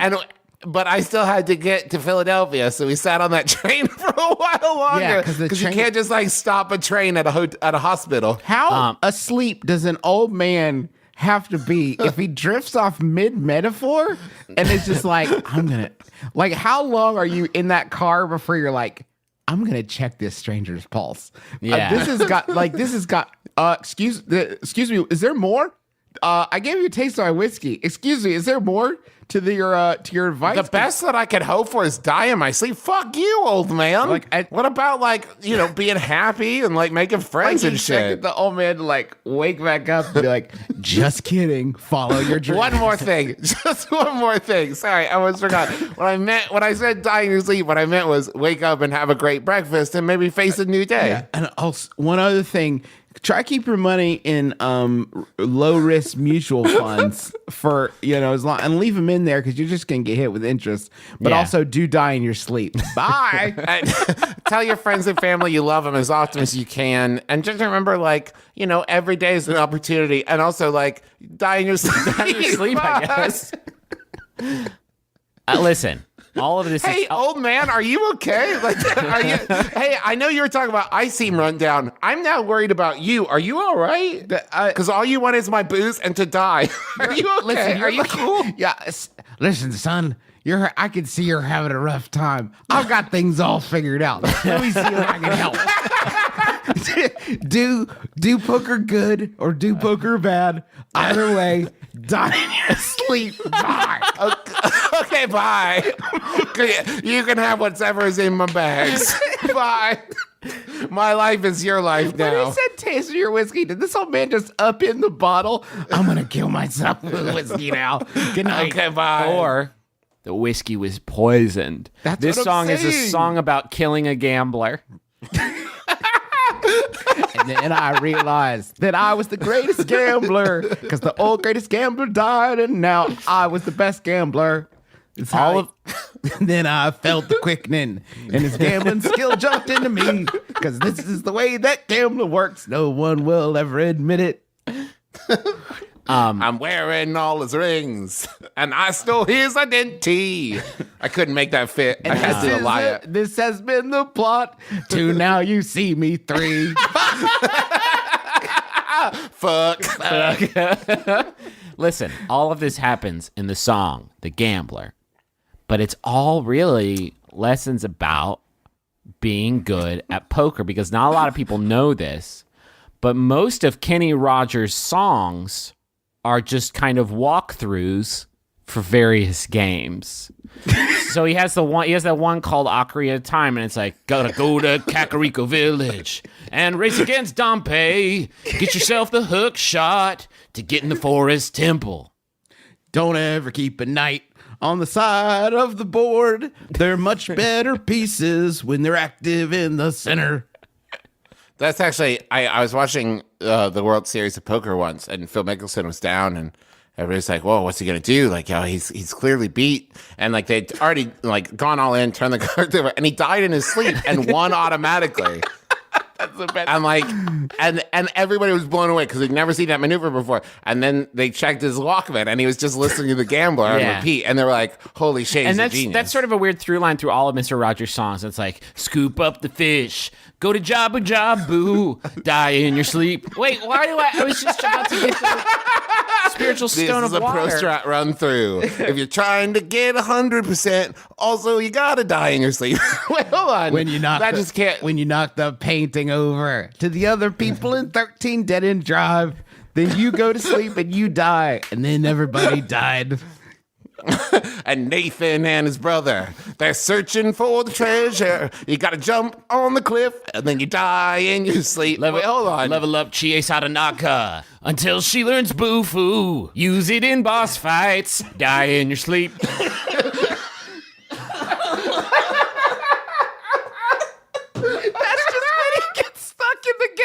It's like, I don't know what to do next. It's gotta be a glitch. Maybe die in your sleep. It is. I mean, you will have finished the game in a very literal sense. You only made it to level 2 of Crash Bandicoot. What are you talking about? Yeah, but like sometimes the big giant thing rolls against you, and the best you can go for is to die. No, other people have beat Crash Bandicoot, Kenny Rogers. Sometimes the groove's gonna get you.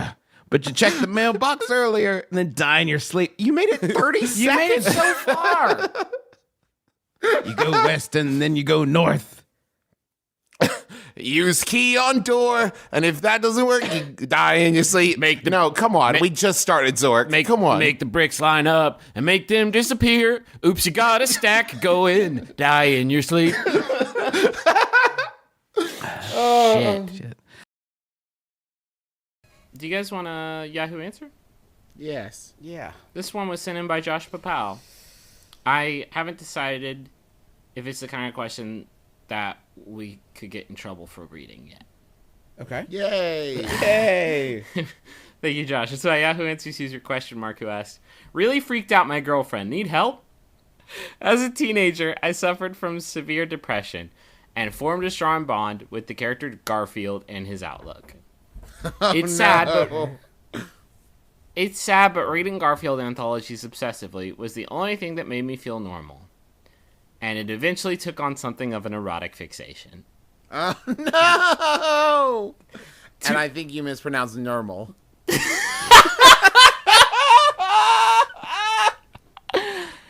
Reading Garfield books obsessively made me feel normal. To avoid feeling like a sicko, I drew pictures of Garfield with a woman's, think a Pamela Anderson circa 1991 body, and Garfield's head. Yeah, because that doesn't make him a sicko. Go on. So that I was assured that my fixation wasn't with animals or repressed homosexuality. This Garfield-Pam hybrid still had the same biting wit and acerbic outlook and tended to cut herself in self-loathing while wolfing down a lasagna to fill the void after sleeping with drawings of a much more handsome and muscular version of myself. These drawings eventually evolved into erotic fan fiction starring Garfield and myself. In my head, Garfield still has a woman's body, but someone reading the stories would think I'm having sex with regular Garfield. I killed off John in a jealous rage. I didn't touch Odie. I enjoy his companionship and don't mind if he watches. What the fuck? The stories are your pretty basic wish fulfillment stuff, balanced with the self-loathing rants. I've been doing this pretty basic stuff. I've been doing this Nothing out of the ordinary here. I've been doing this near daily for years, and I have a substantial amount of writing in a folder I keep buried in 8 different folders. My girlfriend stumbled across them by accident when they came up in a search and is pretty freaked out. How can I show her I'm just a normal guy with a weird outlet for my psychological problems and not some kind of sicko? And then they included a sample of some of the erotic fiction, and I didn't think I would ever say this on this podcast, but it's too gross to read out loud. Okay, first and foremost, ladies and gentlemen at home listening to our podcast, after this, I don't want to receive any questions of how to meet people and fall in love because this fucker found a girlfriend. So, on the days that he has unconsensual sex with Garfield in a woman's body, does that happen on Mondays? Because that would definitely make a lot of sense. That would fill in a lot of gaps for me in the narrative, I think. I also like that he had to go out of his way to clarify that it had nothing to do with repressed homosexuality. As though anybody who stumbled upon this would be like, you want to have sex with Garfield? What are you, gay? Yeah. No gay boys living in my house. You'll have sex with Garfield's girlfriend or nothing. You'll love Gadget, and that's it. Now, maybe, just maybe, if you put his head on Pamela Anderson's body, maybe we could make that work. Guys, I know different strokes for different folks. Listen, we've all got something buried deep inside that you never, ever, ever want anybody to know, ever. Now, I'm not saying mine would be as weird as putting a woman's body on Garfield's head, but it's pretty fucking weird. The secret to not getting made fun of is that you can't tell the entire world, which is on the internet. This is a secret you can never... You're embarrassed your girlfriend found out, so you decided to put it on the internet? How bad are you at internet? You can't hide a Yahoo answer in folders. It exists. No. Because I found it. I found it, and I know it forever now. Yeah. Now everyone knows. It's a ripple effect. It's a butterfly effect. Because you put this out, there's going to be like a tornado somewhere because you want to fuck Garfield. Right. But you know the worst thing about it is that by setting a new bar of creepiness, like the perpetual creep out arms race that is the internet, someone else is now going to have to do something weirder and creepier than this. It's like the last scene of Batman. Mm-hmm. You know, it's escalation. You know, I've always been a fan of Heathcliff. Time to step up my game. Time to put fucking Steve Buscemi's body on Heathcliff's head. And then I'm gonna fuck that. And then I'm gonna fuck that. Come here. What are you, Catbert? I really love the rabbit hole-esque quality of this question, where he kept trying to make it better and was only making it worse. Like by putting Garfield's head on Pamela Anderson, that was supposed to in some way improve the situation. But I feel that it made it creepier. Yeah, there's nothing that's gonna get you out of that. Even if at the end you're like, and that's what Tree of Life was about. Nothing is going to save you. I think when you drop the sentence, I killed John off in a jealous rage. Yeah. But I like it when Odie watches. Well, I wonder what his position on Normal is. Why not just fuck Normal for fuck's sake? Is Normal... I thought Normal... Well, one, it's still a cartoon cat. Yeah, but a dude, right? Isn't Normal a dude? I thought Normal was the lady cat. I'm pretty sure Normal's asexual. Not that that's gonna slow this guy down. Fair enough. Sure. Do you guys think? I'm just worried. If Jim Davis ever saw these drawings, I think he would literally fucking die. I think he would fucking die. I think his heart would explode in his chest and he would die. He would say, "My baby!" and then he'd die. Yeah, he's fine with Garfield minus Garfield, but Garfield plus dick. Yeah, Garfield plus a vagina. Garfield plus sweet tits. Garfield minus Garfield plus Garfield's head plus sweet tits plus a strange dick. This is awful. I feel like the answer for this guy is simple, and that is you are fighting a losing battle trying to convince her that you're not a sicko. I think you need to accept the fact that you are a sicko, and it's part of what makes you you, and maybe, I don't know, try to turn it around on her. How do you, Travis, tell me how to make that fucking riposte work, and I'll quit the show. You say, like, well, yeah, I want to fuck Garfield, but you never wear matching socks. Okay. What's wrong with you? Yeah, sure. At least mine's imaginary. And you don't want to have sex with the lights on. Yeah. What's your problem? Only because I wear my Heathcliff mask. Weirdo. I wouldn't want to do anything with the lights on in a room with this guy. I'm going to be too afraid he'd find me. I need to be able to make a quick egress. Hey, real quick. Just for a second. Let's play devil's advocate here and just like get ourselves in this guy's headspace and just like imagine. Oh, I'm not. I don't want. Guys, come on. Come through the door. We're gonna step into this guy's mind. What if I die in this dream? If you die in the dream, you'll be stuck in Garfield fucking limbo forever. You need Joseph Gordon-Levitt to give you the kick. Yeah. Get you out of Oh, Garfield. kick you in the head until you Griffin, die. give me the kick. Okay. I'm ready. Which would you? Nope. Which no, come on. Which would you prefer? Pamela Anderson body and Garfield head, or Garfield body and Pamela Anderson head?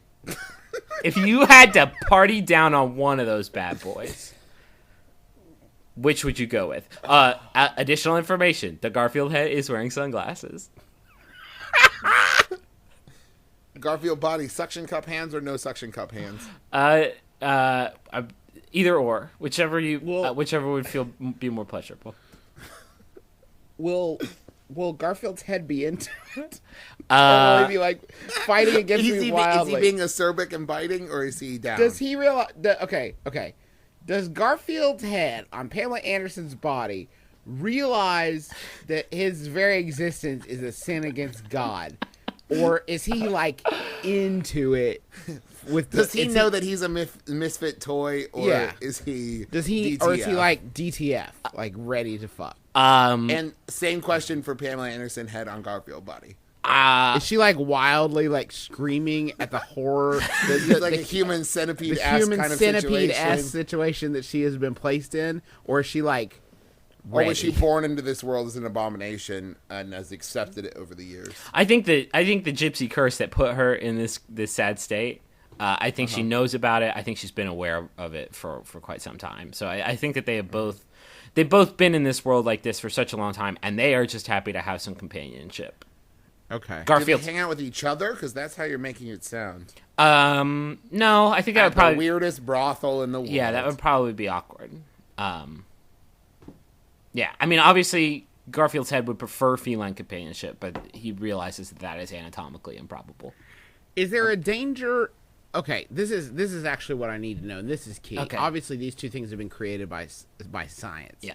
not God. This is nothing God did. If I have sex with Pam Body Garfield head, Yeah. is there a danger of impregnation? Because I'm pretty sure that would bring about the Antichrist. Oh, Jesus. Is that a danger? I need you to answer this for me. I don't know. It would be human ovaries down there. I'm just saying, if we're getting science on it, like, it'd probably be human ovaries. But then again, I don't know. Because if it didn't have a hybrid DNA, then it would reject your seed. Your seed would find no purchase in her loamy soil. Okay. Let me ask you one more question. Okay, please. Is Odie there, and is he just jerking it so right? Odie loves what he sees. Either way, either scenario, Odie's down. Odie is down to clown. There is actually Justin, do you want to pick first? Well, Griffin, you asked the question, so you have to answer. Fuck. I'll say if it's Bill Murray's voice, Pam Body Garf Head. Well, I'm flaccid forever now. You had a good run. I knew it would happen eventually. Travis? Oh, no, I've already killed myself in this situation.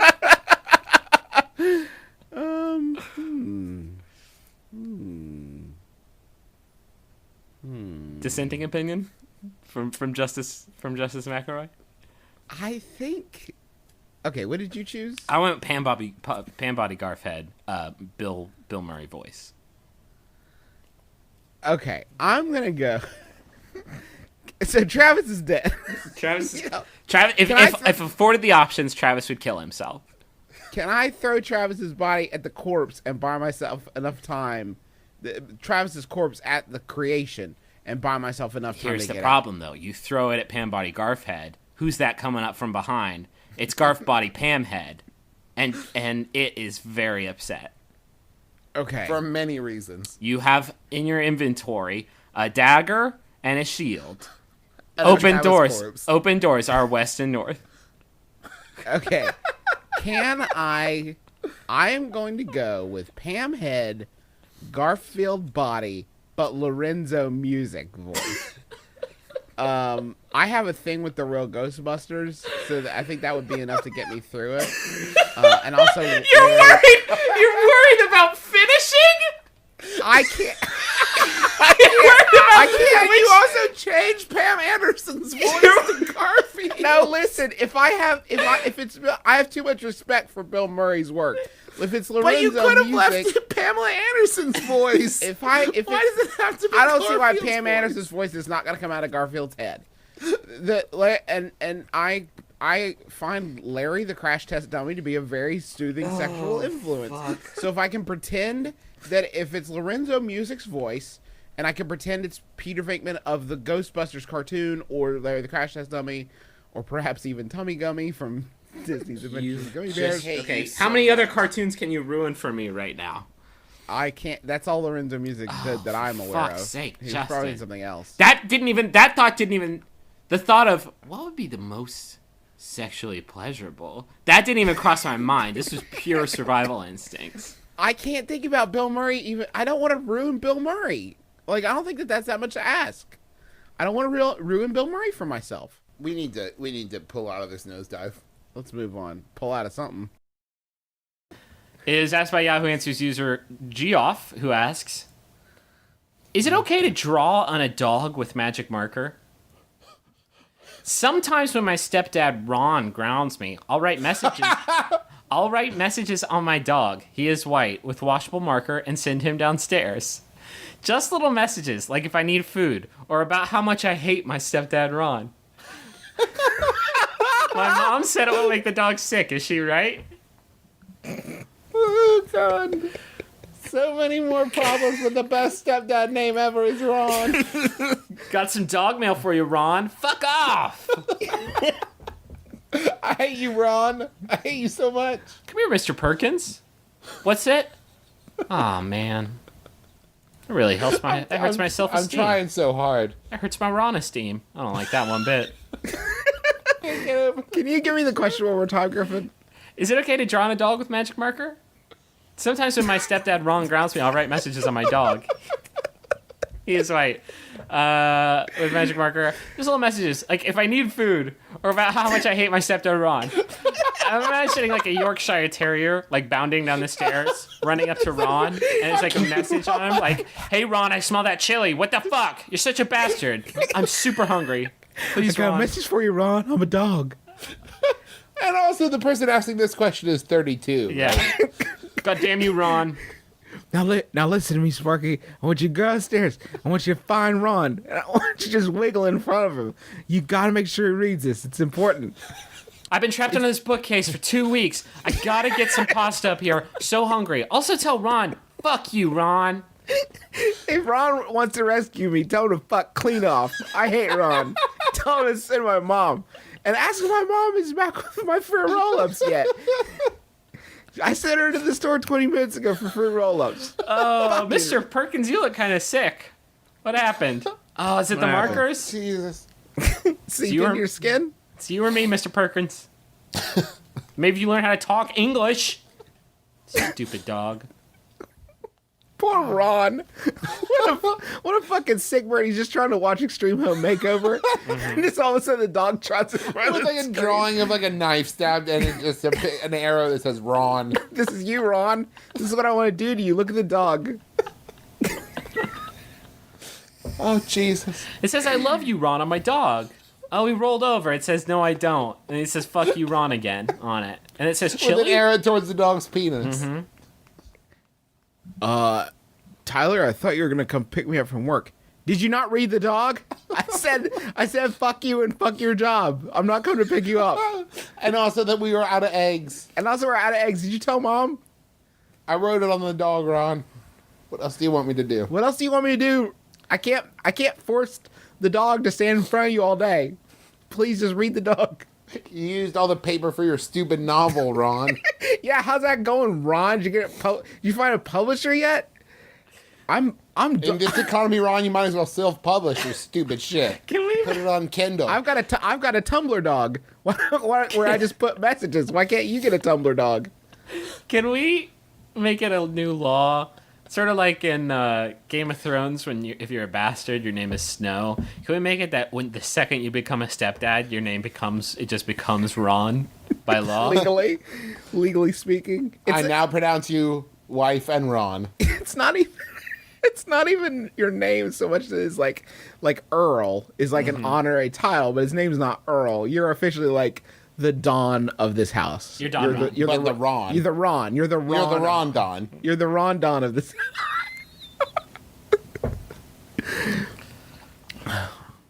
Fuck you, Ron. I am Ron. Ron, you can fucking eat a dick. I am Ron Don Johnson, and as long as you're living underneath my roof, I am Don Ron Don Johnson. I am Don Ron Don Johnson. As long as you're living underneath my roof, you will not melt down my Miami Vice VHS tapes. Those are collector's And you will items. respect my friend Cheech Marin. You will And be my nice friend to Cheech, Don Ron Don Cheadle. and you'll stop sending your stupid ass Tumblr dog down with messages about how you preferred the earlier seasons of Nash Bridges. I'm done with you. Stop it with the Tumblr dog. We've had enough. Your mom and I are very much in love. Listen, she's not getting back with your dad. Do you think at some point you have to start using the dog to repair the relationship? like just a note that says, Ron, I wish we could be closer. Ron, I think we should talk. Ron, Me we and the should dog. Ron, my mom's should seen talk. sad lately. When was the last time you treated her out to a night on the tag? A night on the tag? I'm so hungry. Please send the dog. Ron! Please send the dog for snacks. Hate you, Ron. Hashtag hungry. This Yahoo was sent in by Eric Rudkin. Thank you, Eric. It's by Yahoo Answers user Janet, who asks, I got kicked out of CC's Pizza for eating too much. Oh, I'm sorry, there's a question mark. I got kicked out of a CC's Pizza for eating too much. I'm currently a 17-year-old male, and I'm 5'11" and 125 pounds. Holy shit. And my doctor recommended that I literally, quote unquote, go all out and eat a bunch of food because my BMI, just go fucking hog wild. Just fucking let loose. Just dive into some lasagna and get deep in the paint. You've been too restrained. Listen, I've been telling you this for years, J-Dog. You've been holding back. Go to that CC's and fucking slam some za. Fire up that pain train. Now take some of these Xannies and get out there and go fucking hog wild. Do a couple of fucking whippets and go eat some za. Take these Percocets and go to the fucking crazy. Golden Corral and bring a fucking sleeping bag. Don't leave till they kick you out. I'm a 17-year-old male, 5'11", 125 pounds. My doctor told me to go fucking hog wild and eat a bunch of food because my BMI is frighteningly low. I decided to go to the local CC's Pizza because they offer an all-you-can-eat buffet. I stayed for around 45 minutes, around 4:15 to 5 o'clock p.m., and ate 22 slices of pizza. Now, we're talking about CC slices, which are not gigantic. That's also not that, like, that's high. Don't get me wrong. Wait, hold on. What are you about to say? No. If the Let if him the, go. Let if him the go. premise of this, my point was going to be, if the premise of this is that CC's would kick him out for eating too much, I do not believe that 22 slices is the most someone has ever eaten at CC's. What? That's a fair point that Charles is making, but what if he only got one slice at a time? First off, very annoying. And secondly, as he ate everyone, he went, yummy, yummy, yummy. One. I very much like this pizza. Very good. Yummy, yummy, yummy. Like with every slice. Yeah, Travis, I just want to congratulate you on being very cautious with your wording and not saying what your mind and your heart thought, which is, I don't think that's that much pizza. I mean, but it's just, okay, one, I'm not saying I could or would eat 22 slices of pizza. I'm an adult. But I'm saying that when you propose, I'm about to say an astronomically high number that would get someone kicked out of CC's. I mean, granted, that's like 2 slices, or it's a slice every 2 minutes. We're talking about 45. Yeah, that's okay. Yes, when you put it that way, Travis, for 22. No. That's a lot of fucking pizza. That sounds like fucking No Face from Spirited Away, just like shoveling like a whole carton of za into his fucking face and like barfing up gold to lure the CC's Pizza employees nearby. Just demanding he's not going to stop eating until he brings sin out to him. Yeah, fuck. Like, that's a lot of za, my dude. That's a shit ton of sweet pie. I guess I wasn't thinking of the time frame. Did they kick him out because they were worried about him? Like, listen, this isn't about the amount of pizza, J-Dog. You gotta go. Like, I don't know what doctor told you to do this, but I think they kicked him out because this person ate Dave while they were like bussing a table. You Slimer Dave. As I was about to, I haven't even finished the fucking question. I was about to finish some pineapple ham pizza that they just set out. Okay, again, hey, careful. God, he got a finger. That was just pineapple pizza. The manager ran up to me. You gotta get the fuck out of here, man. They're looking for you. That I had exceeded the max amount that you can eat at the buffet. What the hell? It's literally called an all-you-can-eat buffet. I've heard of no such thing in my life. Maybe they shouldn't charge such a low price if they're gonna get pissed off. Has anyone experienced something similar, or should I make a complaint? Thanks. Let's kick things off with this divisive answer from Anonymous, who said, yes, you can get kicked out because you took advantage. You should only be allowed to eat for 30 minutes. Plus, if it was a busy day, they might feel you stayed too long and need the table. What? No, hold on. No CC's has ever been like, hey, man, we need that 4-top back. We need that 4-top back. Listen, we got a reservation for CC's Pizza. The president might stop by. We need to keep that corner booth clear. That's false advertising. It's a pretty easy lawsuit. My client. What I intend to show by the end of the day is that he had not eaten all he could. Watch this motherfucker eat 23 slices of pizza, and then it's all of a sudden it's that scene from Matilda. Oh my Jesus. This all stems back to the terrible doctor. Sue them. It happened to, I'm just going down these comments because this is fucking banana cake special. Sue them? Sue them. It happened to this one guy I knew who loved going to all-you-can-eat buffets. One time he got kicked out for eating too much and sued them. He received over 50,000 American dollars because of it. As for you, I would contact the corporation online and report to them what happened. They'll most likely give you a discount coupons the next time you go. What's up, motherfuckers? You need a discount coupon to go to the CC? What's up, motherfuckers? I'm back, and this time I'm not paying my $6.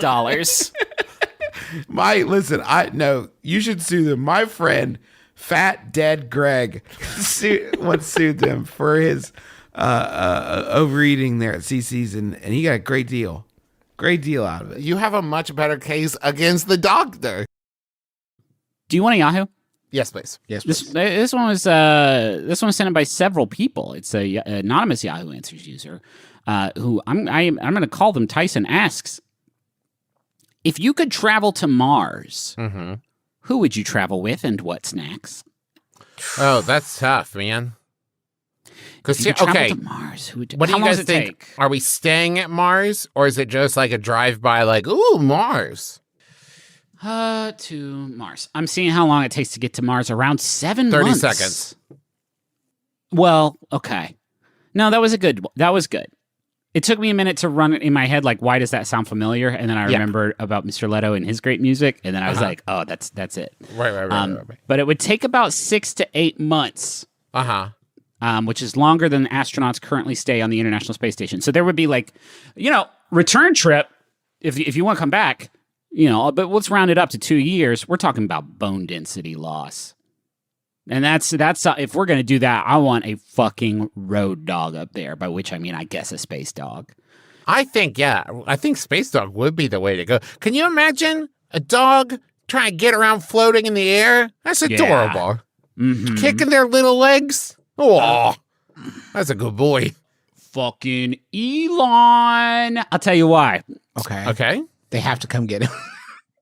They have to come get him is the first one. If he wants them to come get him, they have to. Yeah. Second one, the ship crashed into Mars, explodes like it did in Martian. I wouldn't be out there eating my dookie potatoes like that idiot. You'd eat Elon Musk. Matt Damon, no. I would say, Elon, how's the new spaceship coming that you're making out of Mars rocks? And he would make me a new one out of Mars rocks. And the other thing is when I get back from Mars, with or without Elon, maybe I steal the rock ship, maybe not. And maybe when I come travel with him in your tummy. When I come back, I'm not gonna fucking eat Elon. Can you chill? I'm just saying that if it comes down to it, why wouldn't you eat Elon Musk? He'll eat you if you don't eat him. When I come back, I will receive a stipend paying me for the time that everybody else got away from Elon Musk. And I'm thinking I could probably scrounge up a couple milli for that service that I would provide. And I will have gone on a pretty bodacious spaceship adventure. So I think mine's the best one. Here's what I'm going to hit you with. How about this? Dolly Parton. Here's my logic. Okay. All right. Dolly Parton, one incredible career. Yeah. Story. Incredible career. And going to have so many great stories, right?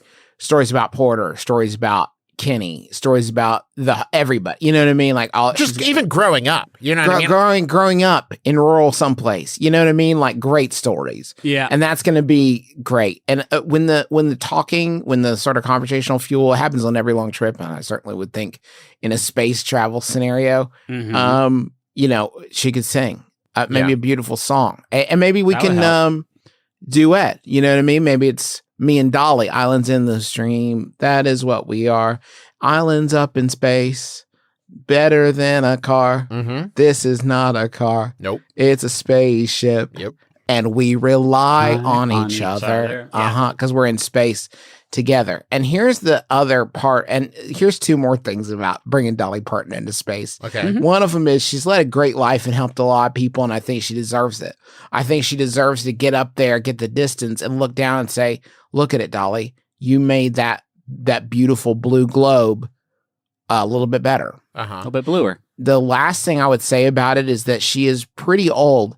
So if it got kind of boring, you know what I mean? Like eventually, if it got kind of boring, it would probably be okay soon. You know what I mean? Like it would probably be better. If I got sick of Dolly Parton, it would probably be different than when she was alive. Hey, Justin, would you kill Dolly Parton? What are you saying? I wouldn't kill Dolly Parton. I'm saying that she's an older lady, and I love her. I wish her the longest possible life. But if we're up in space, and I'm really getting sick of Dolly Parton, you would start wishing for her death. I wouldn't wish for her death, but I would nature don't take a space holiday. Is one thing that I've Nature's still doing. Nature is still doing it up in space. You don't know. Hey guys, you don't know that. Well, she's not going to be able to get the special nutrition for older people that she needs up in space. We're going to be living off of, our dookie potatoes and the little packets of hard ice cream and all that. So she's not going to get the calcium that she needs up there. And I'm just saying that, like, it's not going to be, I don't know, exercise situation or whatever. But, like, I'm saying I'm not going to be stuck with Dolly Parton for 20 years. On Mars. No, I mean, up to this point, I think Justin, Griffin and I have been thinking about it in terms of 2 years, but you're thinking about if we get stuck coming there. Home. You want to stay there, I guess. Now, Justin, I would be remiss if I didn't also I'm not saying I want to get stuck there. In much the same way, I'm not saying I want Dolly Parton to die. But I'm saying if I do get stuck there... I don't even think you know what you're saying at this point. I think I know what I'm saying. Hey, Griffin, I think I know what he's saying. I just don't know that I'm comfortable with the fact that he's saying it. Yeah. So I want to shift to a more comfortable topic and ask Justin, in the event that it becomes necessary, how do you feel about consuming the flesh of Dolly Parton for sustenance? And then I'm going to pivot even further away from that, Travis. And he was about to answer, though, Griffin. I have to know. I think I would actually do. I think I would actually take Matt Damon, and the whole time I would be very confrontational. Like, you're always talking, hey, what's up, Goodwill? You're always talking shit about how you're going to do it up on Mars. Well, let's fucking see, bro. Yeah. And he'd be like, sir, I have never said it's me, Matt Damon, the real Martian, who would get up there and make some real dookie potatoes, and I could live on Mars, and I'm the best. I've never said that. Those are words that you're putting in my mouth. Yeah, right. Yeah, right, Goodwill. Shit on the ground, dog. You also run the risk, though, Griffin, of getting Matt Damon in Interstellar, who is a piece of shit himself. Yeah. And that is, I would not want to travel with Interstellar. Now, if I could travel with the robot from Interstellar, forget about it. Robot pal's the way to go. Matt Damon in Interstellar? He is. Yeah, he's a real stinker in that flick. Really? Yeah. Yeah. I'd travel with McConaughey. I think he'd probably sleep most of the time. Oh, yeah, baby. Changing my answer. Yeah. Mr. Smooth himself. And I bet his skin tastes like jerky. Huntington, West Virginia's own Matthew McConaughey would be an excellent travel companion to Mars, except wouldn't it get a little old? Well, it would get a little sensual, I would and say. there's no way I'm outliving Matthew McConaughey. Even 100%. the sensuality, Travis, would also get old after a bit. Yeah, I mean, you'd start to chafe for sure. I don't think that he would take. I don't think that you would be pounding it with Matt. Okay, you don't think if Matthew McConaughey and I were together, crashed on, this is long term. This isn't just 2 years. This is like 20 years. You don't think maybe just two... The question was, if you could travel to Mars and eat snacks, what would it be? And Justin's answer was, I would kill and eat Dolly Parton. And Travis's is, I think I would have a 20-year-long sexual arrangement with Matthew McConaughey in outer space. or a 20-year-long seduction. Lol, Elon and condos. And you guys And, and let me be clear. It would be, well, I was supposed to say it wouldn't be romantic, but I don't know that. But I think, as far as I know, Matthew McConaughey and I are both straight fellas. But I don't think that would get in the way of just the sheer companionship and joy of human contact that we would experience being together. It wasn't that, but that wasn't it. even the question is, what's a celebrity you like and what's a food you like? And Justin's like, I want to carve Martin Sheen's skull into a fucking bowl. Yeah. And I would say Matthew McConaughey and chocolate sauce that we might eat off each other if it comes to it. And I'm just, at this point, let me just be clear. It's the sensuality, really. It's just giving us something to focus our minds on other than the desolate wasteland of Mars. And it, reestablishes that we're together. And also, chocolate tastes delicious. And look at that six-pack. Yeah, You know what I love mean? it. So, this one's sent by Adrian Cowles as well. Thank you, Adrian.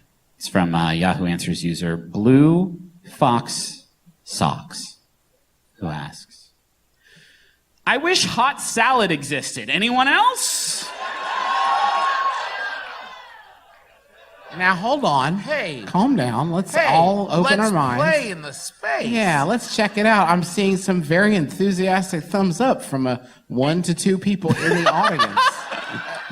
You are now on a list of my own creation. I'm sorry. You all also know that, warm spinach salad is a thing. No, right? that's nothing. That's not- It's That's not hot, anything. though, to be fair. Yeah, we're talking about a salad that you put in your mouth and go, ooh.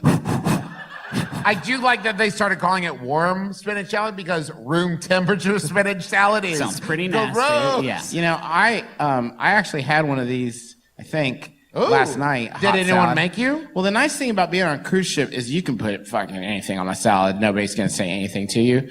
So I got a regular salad, and the lady looked at me with pride as I walked away dang, Justin really did a good job. Yeah. What a good salad boy. That's a lot of cookie points. I'm so proud of him. And then as soon as I fucking hoved out of view from her eyesight, I handed my bowl to the person behind the counter. I was like, can you throw some grits on there, please?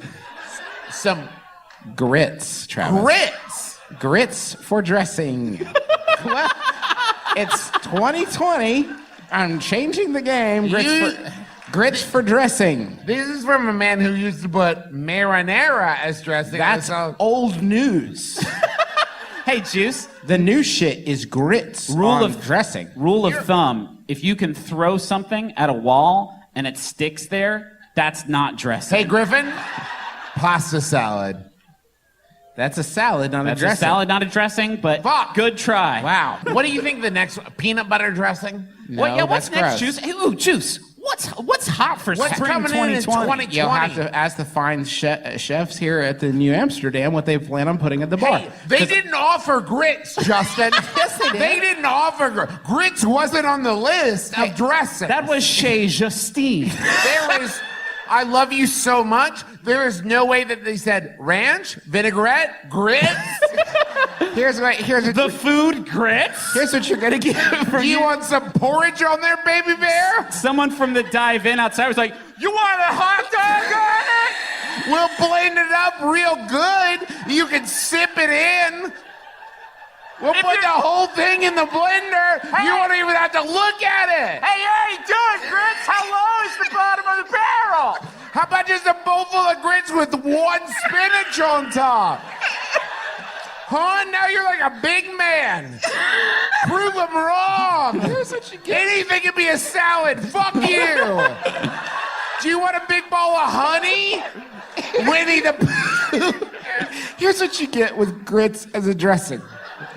1, Judgment.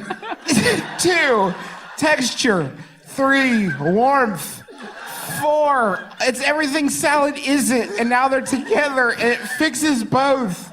It's both okay, because grits and salad. Hey, listen. If you have synesthesia, please never eat a grit salad. It sounds like the worst possible sensory experience No, it's I good. can imagine. They had lemonade. I dumped the glass in, and someone paid me $3 to eat it. My wife asked me where the lettuce was, and I had to look at her honestly and say, I no longer remember if there's lettuce in here. Justin, did you eat a bowl of grits? I might have made a KFC famous bowl, sort of sweeted one, accidentally. I could have sworn I did get some salad stuff on there. Pretty sure about it. You know it's bad when you're at the salad bar and you have to point at least 4 different things to be like, what's that? I'm not that familiar with, can I have the little round ones? Do you mean chickpeas? Okay, cool, yeah, absolutely. They look like Give me those Pac-Man pellets. Yeah, give me the... Sorry, I messed up. Do you want a Yahoo? Yes, please. I got one sent in by Emily. Thanks, Emily. It's Yahoo Answers user Sayana, who asks, what's your weed whacking style like? Whoa. Do you use barely enough gas to cut the weeds, or are you one of those people that really goes for it? Huh. You know, I've never really thought about it before, but I guess mine's pretty whimsical. Yeah, I would say so. I like to stand in one place and kind of swing around in a circle to kind of, I like to make, this is my thing. Don't tell anybody, okay? I like to make patterns in the yard that make it look like aliens have landed. I like to cut Spider-Man in my yard. Nice. How much gasoline do you use? 6 or 7. Oh, really? Yeah. Oh, man, I have to get some tips from you. I usually use like 12 and a half. Yeah, well, I only do half the yard. The rest, Oh. yeah, the Spider-Man's a pretty light lift. Juice, what's your weed whacking style? I have a boy. You what? I have a boy. Like a neighborhood youth? A neighborhood youth. Okay. I have a boy for that job. How do you contact the boy when you need him? He's there when I need him. He just knows? He checks checks the weeds. He says, Dr. Mcelroy, I lied. I haven't told him a lot about my life. I need to keep him at a distance because I don't trust him. And he says, Dr. Mcelroy, your weeds are in need of whacking. I say, well, boy, you know the cure for that? You know the prescription? Here's $3. No. And then the boy whacks the weeds for me. Not in this. No, Justin. You have a lawnmower, right? Right. Yeah. You have a lawnmower. Yeah. What's the weed whacker for? For weeds. Yeah, Silly. Drama. That's it. And it's for drama and to sell filament. That's it. Huh. That's it. People want to get down and chop their dirt up and kill some worms because it's a perversion. And I let the boy treat his dark passenger to some more murder. He makes $3 off the deal. I never have to hear about this business ever again. It's got to be more than $3 though, right, Juice? 4, fine. Yes. Okay. Fine. Yes. All right. 2 ghosts. Where's the third one to tell me about how I need to give more dollars to the weed whacking boy? I'll buy his family a turkey. How's that sound? Let Yeah. him whack that turkey. I'm going to get myself a goat. Pay him $3. Justin, this neighborhood youth, what would you say his weed whacking style is? The weed boy. The weed boy. What? What is his sort of, what's his weed whacking style? if I have to spend a single second contemplating weeds, and I'm including this time here, then the $3 is wasted. I never want to think about weeds and their need to be whacked again, ever. And I have the luxury of the boy who comes to my house to whack the weeds for me. You can't even give him a $5, Justin. You'd rather 10 make spot. change. I know you, Justin. I know your soul. I have seen the fucking dark heart of you, and I know the anxiety that dwells within you because it's in my blood too. It's in all our blood. So I know that you have definitely had the thought of how much do I pay this person for doing a task I don't want to do? And I know you well enough to know that your brain didn't bounce to, $3 seems fine. It probably bounced I gave him to $3 the first time. That's what he asked for. If I had offered him $4 the next time, he would assume that every time he did it, he was going to make an extra $1. Flash forward to 2020, where I'm shelling out 30 to 40 grand per weed whacking. I've done the math. The boy gets $3, or he whacks no weeds. How old would you estimate? He's a boy, Griffin. Okay. He's not a man. He doesn't have the strength to bring me down. He doesn't have the strength to destroy me. When he becomes a weed man, will you pay him more? He will be dismissed summarily. I need my lawn tended to by the starry-eyed naivete of a child, a With weed the care and child. precision that only a child can offer. A weed man is going to be too busy thinking about his sexual escapades, That is or weed taxes. his next drink, his weed taxes. But the boy, to him, his entire world is my weeds, because to him they're a bright, shiny new a comic book or a soda phosphate, whatever boys spend their money on. Yeah, 3/4 of a pack of Pokemon cards. It may not be the same boy every time. I would have no way of knowing All right.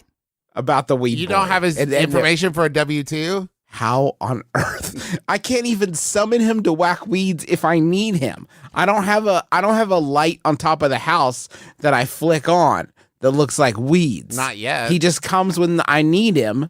All right. Asked and answered. How about this, Yahoo? Yeah. It was sent in by Molly Bruce. Thank you, Molly. It's Yahoo Answers user. Oh, come on. It's trying to load. Kevin has 0% best answers.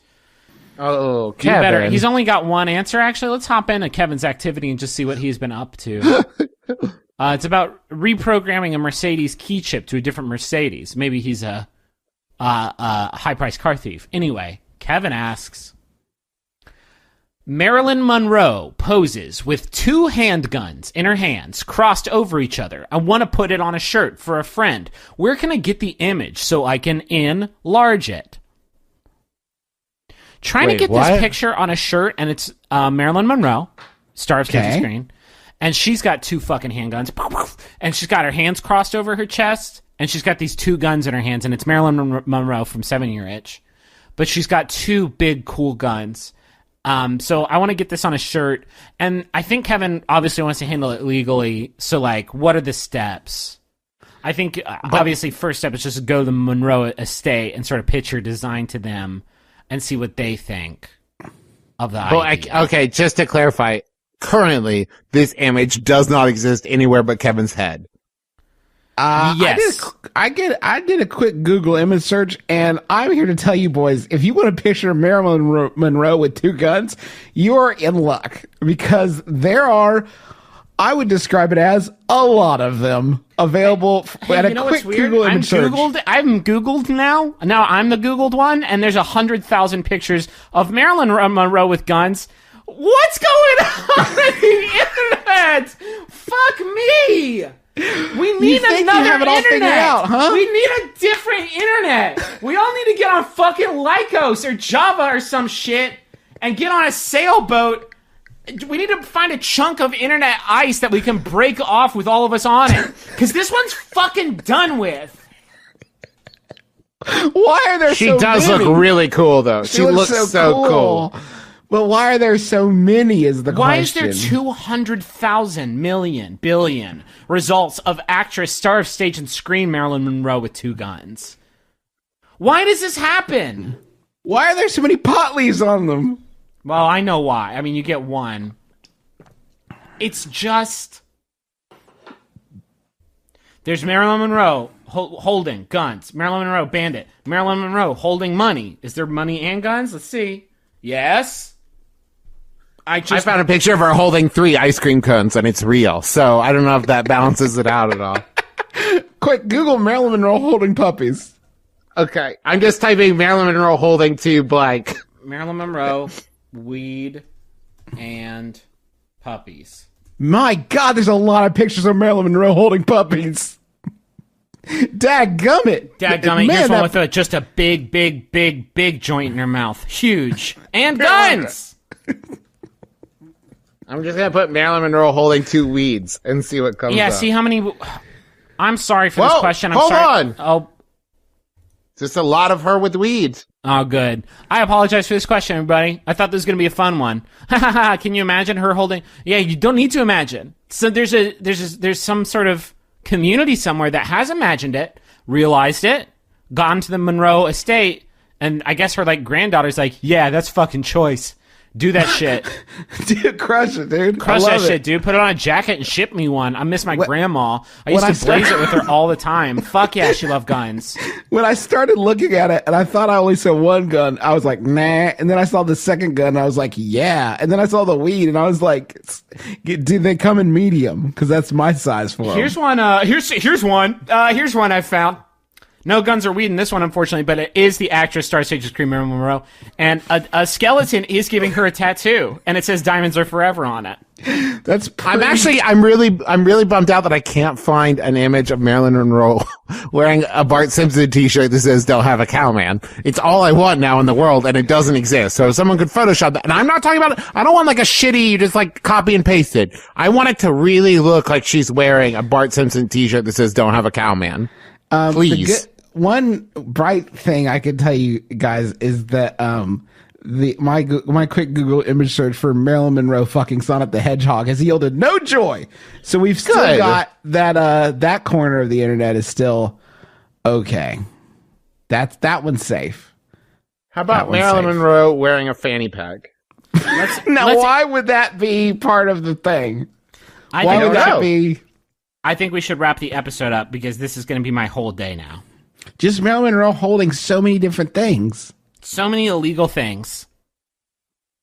Maybe this is a powerful image that we don't know about. I hope we're not being disrespectful. I don't know if there's a community for whom Marilyn Monroe holding 2 guns and also weed is like a powerful image that's important to them. It's certainly someone prevalent. Can explain to me the image of Marilyn Monroe getting a shoulder tattoo from a skeleton and the words "Diamonds Are Forever," and there's a big diamond over the skeleton. Why is the skeleton tattooing Marilyn Monroe? Why is any of this happening? And why does it say "Diamonds Are Forever" on the thing? One other thing to note is that there are no pictures on the entire internet of Marilyn Monroe holding 3 guns. So I guess at some point taste does kick in. It just that's not done. You know what's strange though is I just Googled Marilyn Monroe and there's no pictures of her not holding guns or weed or being tattooed by a bony skeleton man. Do you think this this is probably one of those fun Google Halloween filters where it dresses up all the images in a costume? And this costume is like some sort of weird ICP wet dream. Well, folks, we hope you've enjoyed My Brother. Is there a picture of a gun holding Marilyn Monroe? 2 guns, 1 gun holding 2 Marilyn Monroe. I can't do this show anymore. It's ruined. Okay, so I miss my cool grandma so much. She would fucking toke it with me, and we'd go shoot at the house. We would just shoot at the side of the house with my high fucking cool ass 7-year-itch grandma. Are you saying the only merch the Monroe estate approves are ones where Marilyn Monroe is holding 2 guns or smoking weed? Yes. Well, that was it. It was in her will. That's what it said in her will. Do you guys want a Yahoo? Yes, please. Sure. Let's try this one. It was sent in by Evan Jones Thorne. Thank you, Evan. It's by Yahoo Answers user. No name. Something went wrong. I almost said Garfield. I feel like I've used that one before for an anonymous one. Chelsea. Chelsea asks, where is Wizard Hut? Where is Wizard Hut? I can't find it, and I'm trying to find it on Fantage, and I need to find it. Please, where is? I can't find it.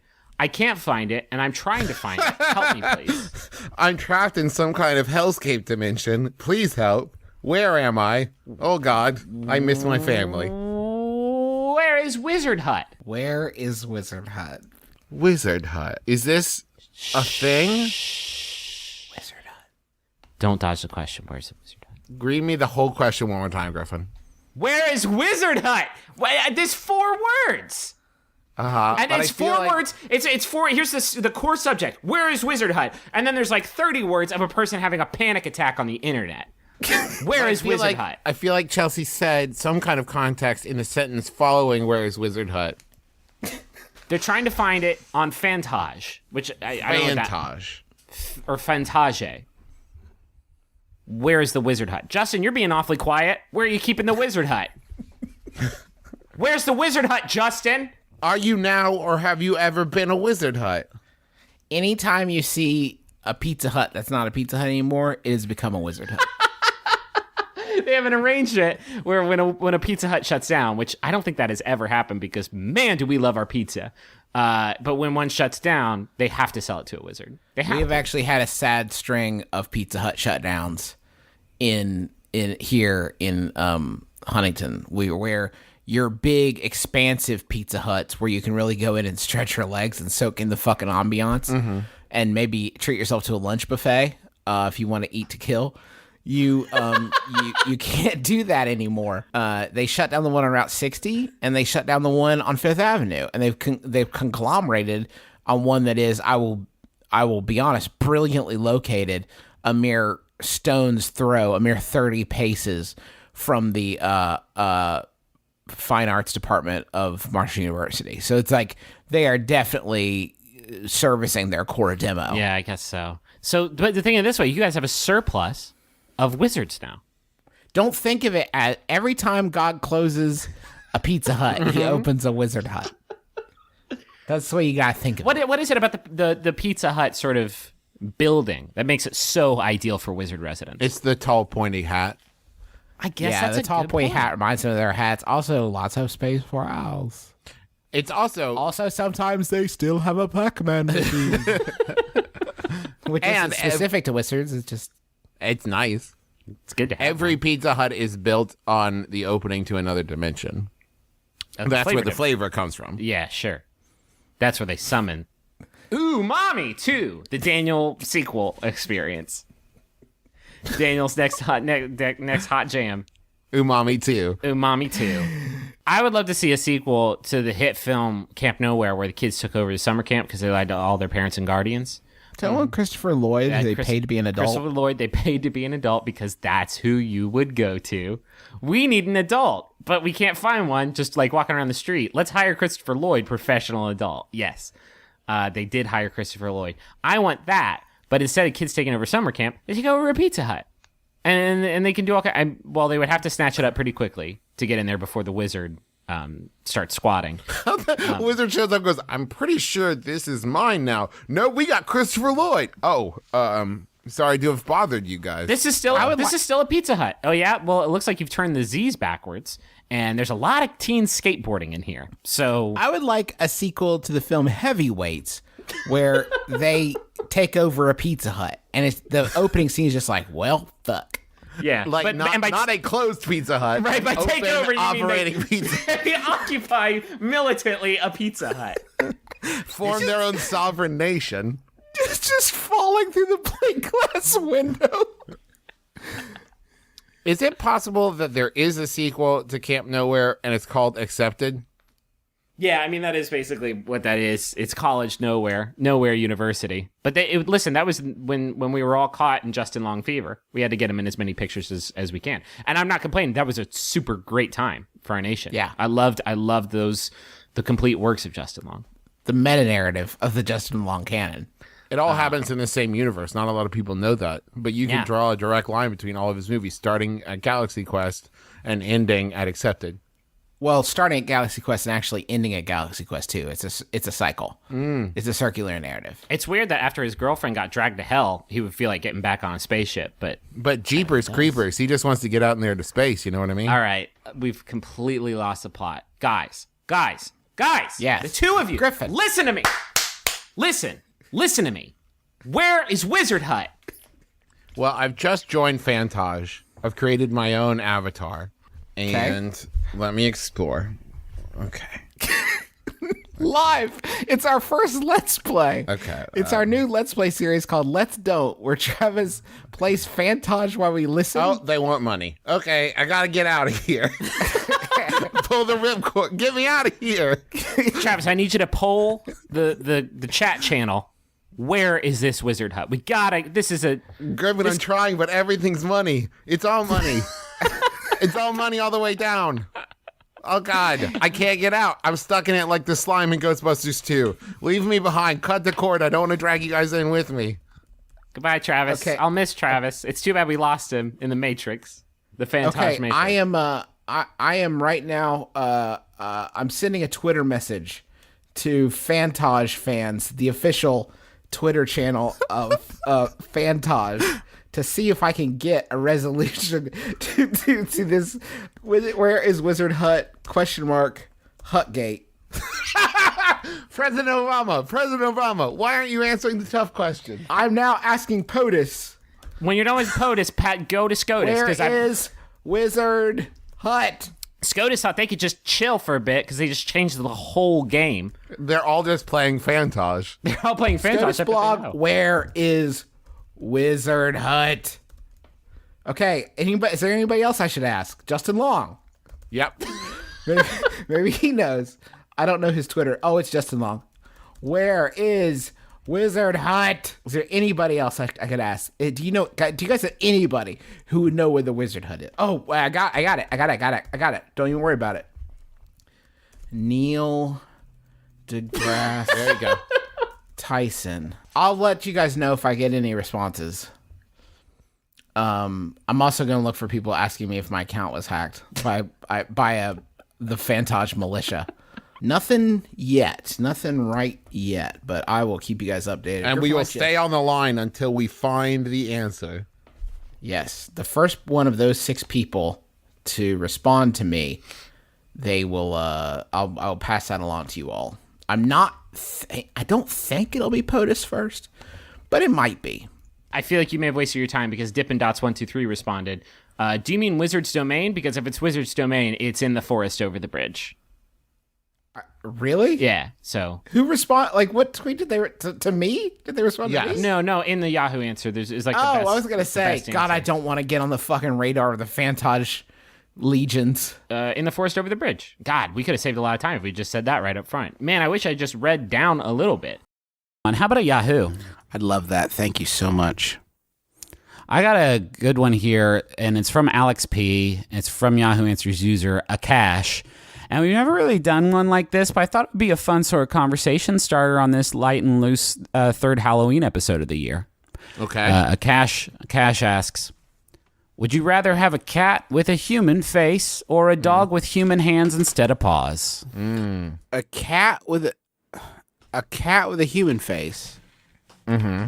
Or Still meows, should we assume? Let's let Justin finish because that Travis just brought up something that's going to really change the dynamic. a cat with a human face or dog with human hands instead of paws Correct. and feet, or 4 hands? Yeah, that was It my just other says question. yeah.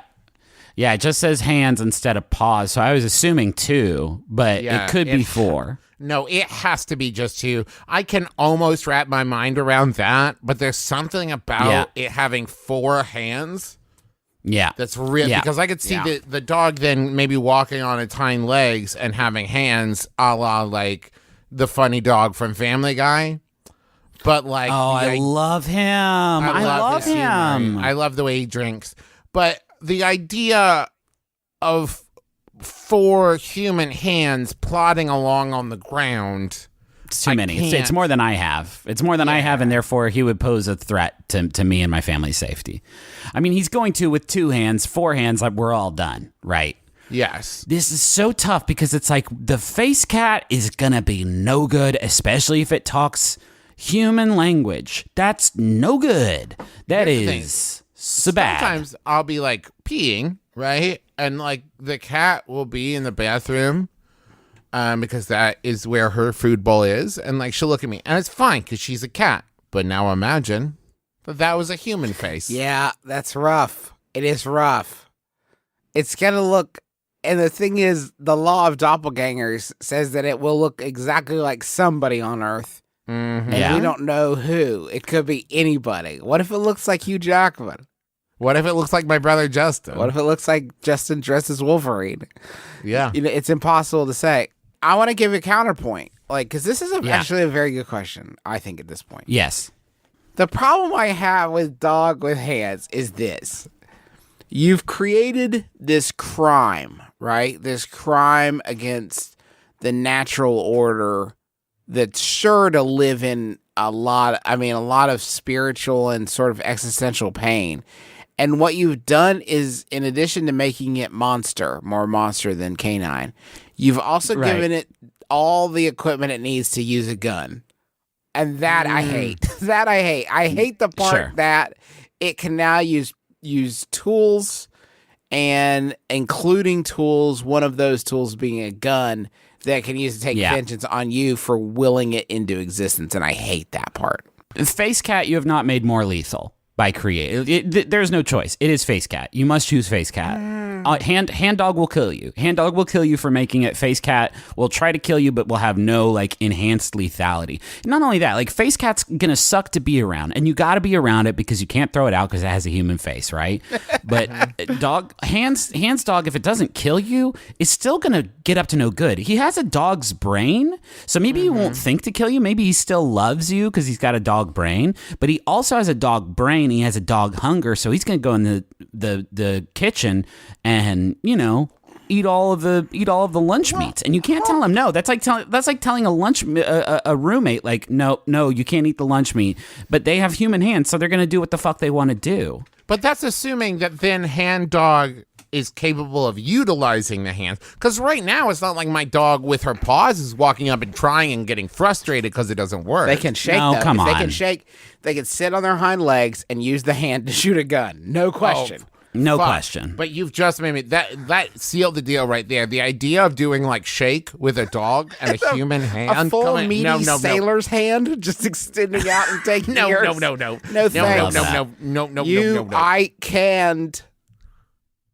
I can't have a cat with a human face, though. I don't want that either.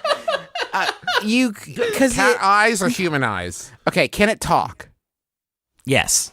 It has to I'm talk. out. I'm so fucking out. I have less of a problem with that. It can talk, and it sounds exactly like Lorenzo music. Yes, I now love I'm in. that. Now I'm back in. Does it eat cat food? I'm back out again. Nope. I don't want to see that. That's the thing. If the cat can talk, then at the very least, I can A, apologize, and B, like, then, like, I get that. But if it just has a human face that meows, I'm always going to be looking at it thinking, do you understand? Like, do you know? Do you know what's happening right now? Like, are you watching me? Do you hate me? What's happening? And I don't want to see what the human face looks like when the cat makes brown in the litter box. Mm-hmm. I don't want to have to confront Catches that. a mouse? Or catches a mouse and, oh no, Trav. Yeah, or licks itself? But It's you all can bad.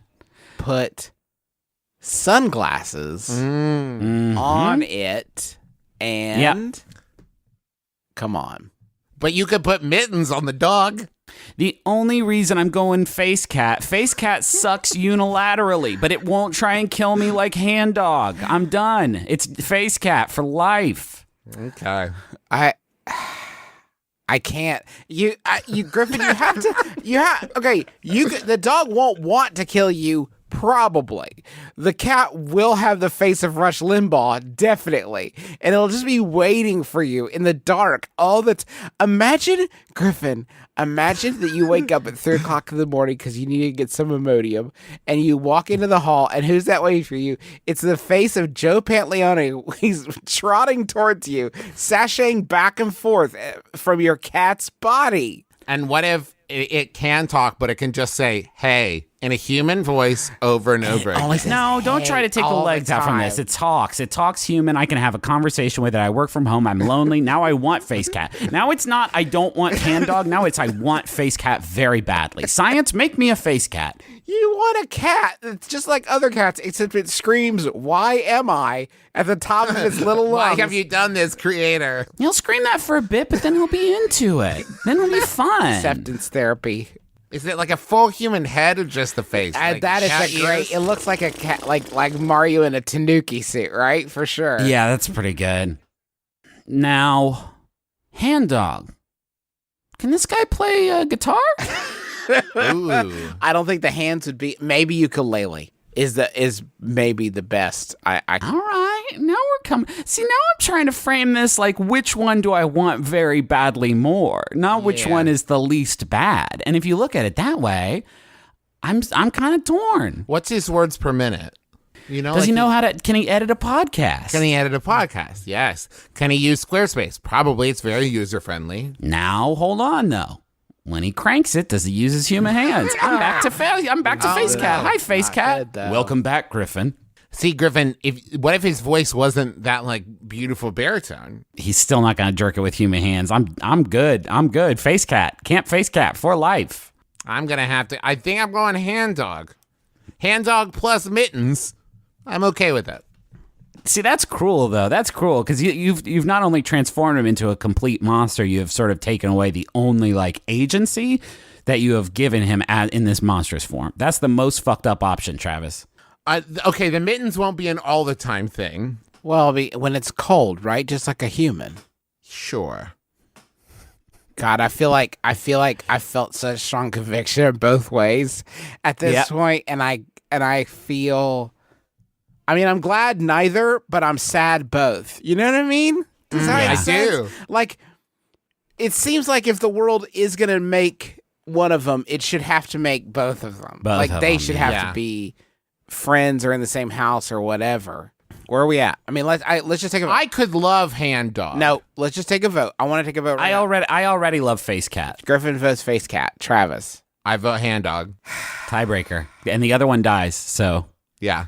The problem is, I already have two faces that are very dependent on me in my journey.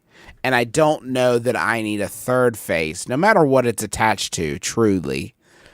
I don't need a third face that's sort of dependent on me and sort of needing my guidance and expertise and wisdom and coddling and what have you. I think it's very beautiful, Justin, that you're counting your children's faces, but not your own. Well, nor my wife's, because they're not dependents. I'm saying that I have two babies that live in my I mean, house. your face is pretty dependent on you. Yeah, you do need to feed your own face, my pal. Yeah, but I'm saying that these faces, these two, it's like a third I get child. I get what you're saying. You hate my fucking precious baby. Yeah. I get what you're saying, Justin. Go ahead and say it. I'm a hand It's dog just like I'm an idiot. introvert kind of by Yeah. nature, and I'm like trading away those precious moments of solitude. Okay. Have fun getting strangled by a dog, you two jerks. Have fun getting strangled by a dog. Have human fun. arms. Yeah, that's fine. No, I'm no, still yeah. It stronger. doesn't have the power of the Okay. human arms. I don't even think that it could bend them in a way. Like, I don't think it could flex the hands. Sure, in such a way yeah, to yeah. easily No, he throttle could you. totally, just inject poison into your neck while you're asleep. Or there's a lot of different ways. What but if you get have, poison? no, have fun. I'll just do the podcast by myself because you two have been killed by your dumb dogs that you wanted to get instead of my cool face cat who looks like Joey Pants. You stinkers. Face cat, Joey Pants Face Cat could talk anyone into murdering you though. Like it's a cat. It's a cat with a mouth, and that mouth, like pen is mightier than the sword kind of thing. Like that Yeah. cat could lead a rebellion. It could create sort of a Krang suit Yeah. around Oh, itself. absolutely. Can I read you a food-related who? Is that like abbreviated Who? Yahoo? Yeah, because it's got an exclamation point. We don't always enunciate that. So I'm thinking we just sort of backload. We make the word bottom heavy a little bit more and just be like, Yahoo! Go for It's it. in its fucking death throes, and I want to party with Yahoo before it's gone. Mm-hmm. This one was sent in by Pete Carl 2. Maybe the second, but like he specifically mentions in the email that he wants to be called PK2, which is a very good name, and also I Very think a kind good. of drug. Thank you, BK2. It's by Yahoo Answers user. Oh, it loaded for a second. It just Sarah. Sarah asks, how old do you have to be to eat out at a restaurant? My friends and I, 6 of us in total, are planning to go out to the mall. There are restaurants in the mall, and we're wondering if we're allowed to go out to eat at legit places. For example, Lazy Dog, Cafe Bistro. I hope there's not an actual place on Earth called Cafe Bistro. That's crazy. We're all 13 years old. If we can't go to restaurants like stated above, does anyone know what sort of places we could possibly go to? Now, I know you're hearing this and you think, Griffin, this is a stupid question. This is a stupid question for dumb people. But there's a right answer to it in there. Because if you're a host or a hostess at an Outback Steakhouse and a fleet of 6-year-olds walks in, how's that gonna shape up? How's that particular encounter gonna break down? You're gonna resign. I feel like it's interesting to me because had they said it's me and one friend, I would have said 13 is too young. But for some reason, 13, I'm wondering if there's some kind of like conglomerate age rule of thumb that if your combined age is older than 75 but younger than 200, that group of people is allowed to go to that thing. It has never been my experience that the more tweens in a flock, the better socially it is for everybody else around. I guess I'm looking at it as a patron of the restaurant. If I looked over and saw 2 13-year-olds having a meal together, it would be weird. But if I see 6 of them, I'm like, oh, they're celebrating something. Well, maybe they just... If you see 2 13-year-olds eating together, they're filming a scene for Boy Meets World. Yeah, Like, absolutely. period, the end. Or they just got out of their first date at Prince of Egypt, and they were just wowed by a beautiful historic tale with music by the Osmonds, and they just wanted to get a bloomin' onion, and then maybe go home and see what happens. Prince of Egypt has inspired me, honey. Let's go home and see what happens. So what? So it's 6 13-year-olds looking for a place to eat? Let's abstract it. You're the host of the Olive Garden. Justin, Okay. I know this is a fucking dream for you. Mm-hmm. Finally, I rose up. Rose up the ranks. You are a host of Olive Garden. And let's stick with 2, because I like the idea of it being 2 of them. 2. We have important things to discuss. I'm just going to say a number and we'll walk it up, okay? 2 5-year-olds walk in and they're like, No. Spaghetti, please. Spaghetti, please, sir. That makes my night. I'm gonna be on the nightly news. I think in the local news, like you'll never believe it. Last These 2 story. 5-year-olds had a spaghetti date. I can It was definitely so say, like Disney has taught me that the gap between 2 dogs coming in for spaghetti and 5-year-olds, I Yeah. definitely don't allow between that though. Like, Okay, you're either 2 dogs or 5 Yes. years old. It's obviously adorable, right? But this is a fucking business.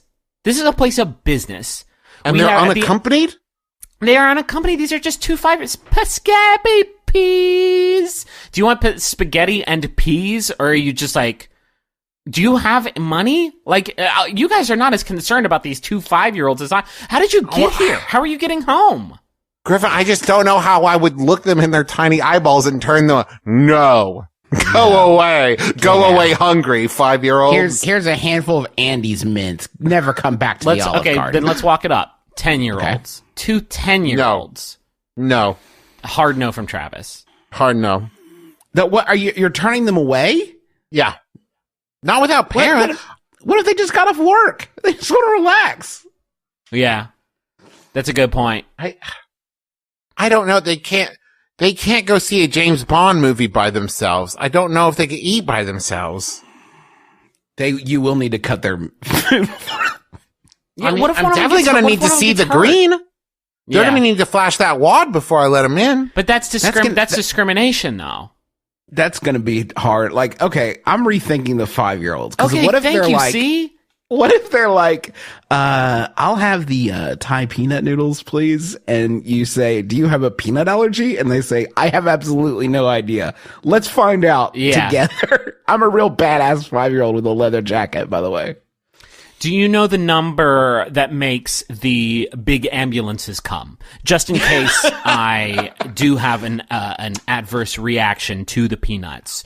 Do you know the They're big, loud, scary cars, and they put sick people into them to go to the hospital. Is that right? Am I saying that correctly?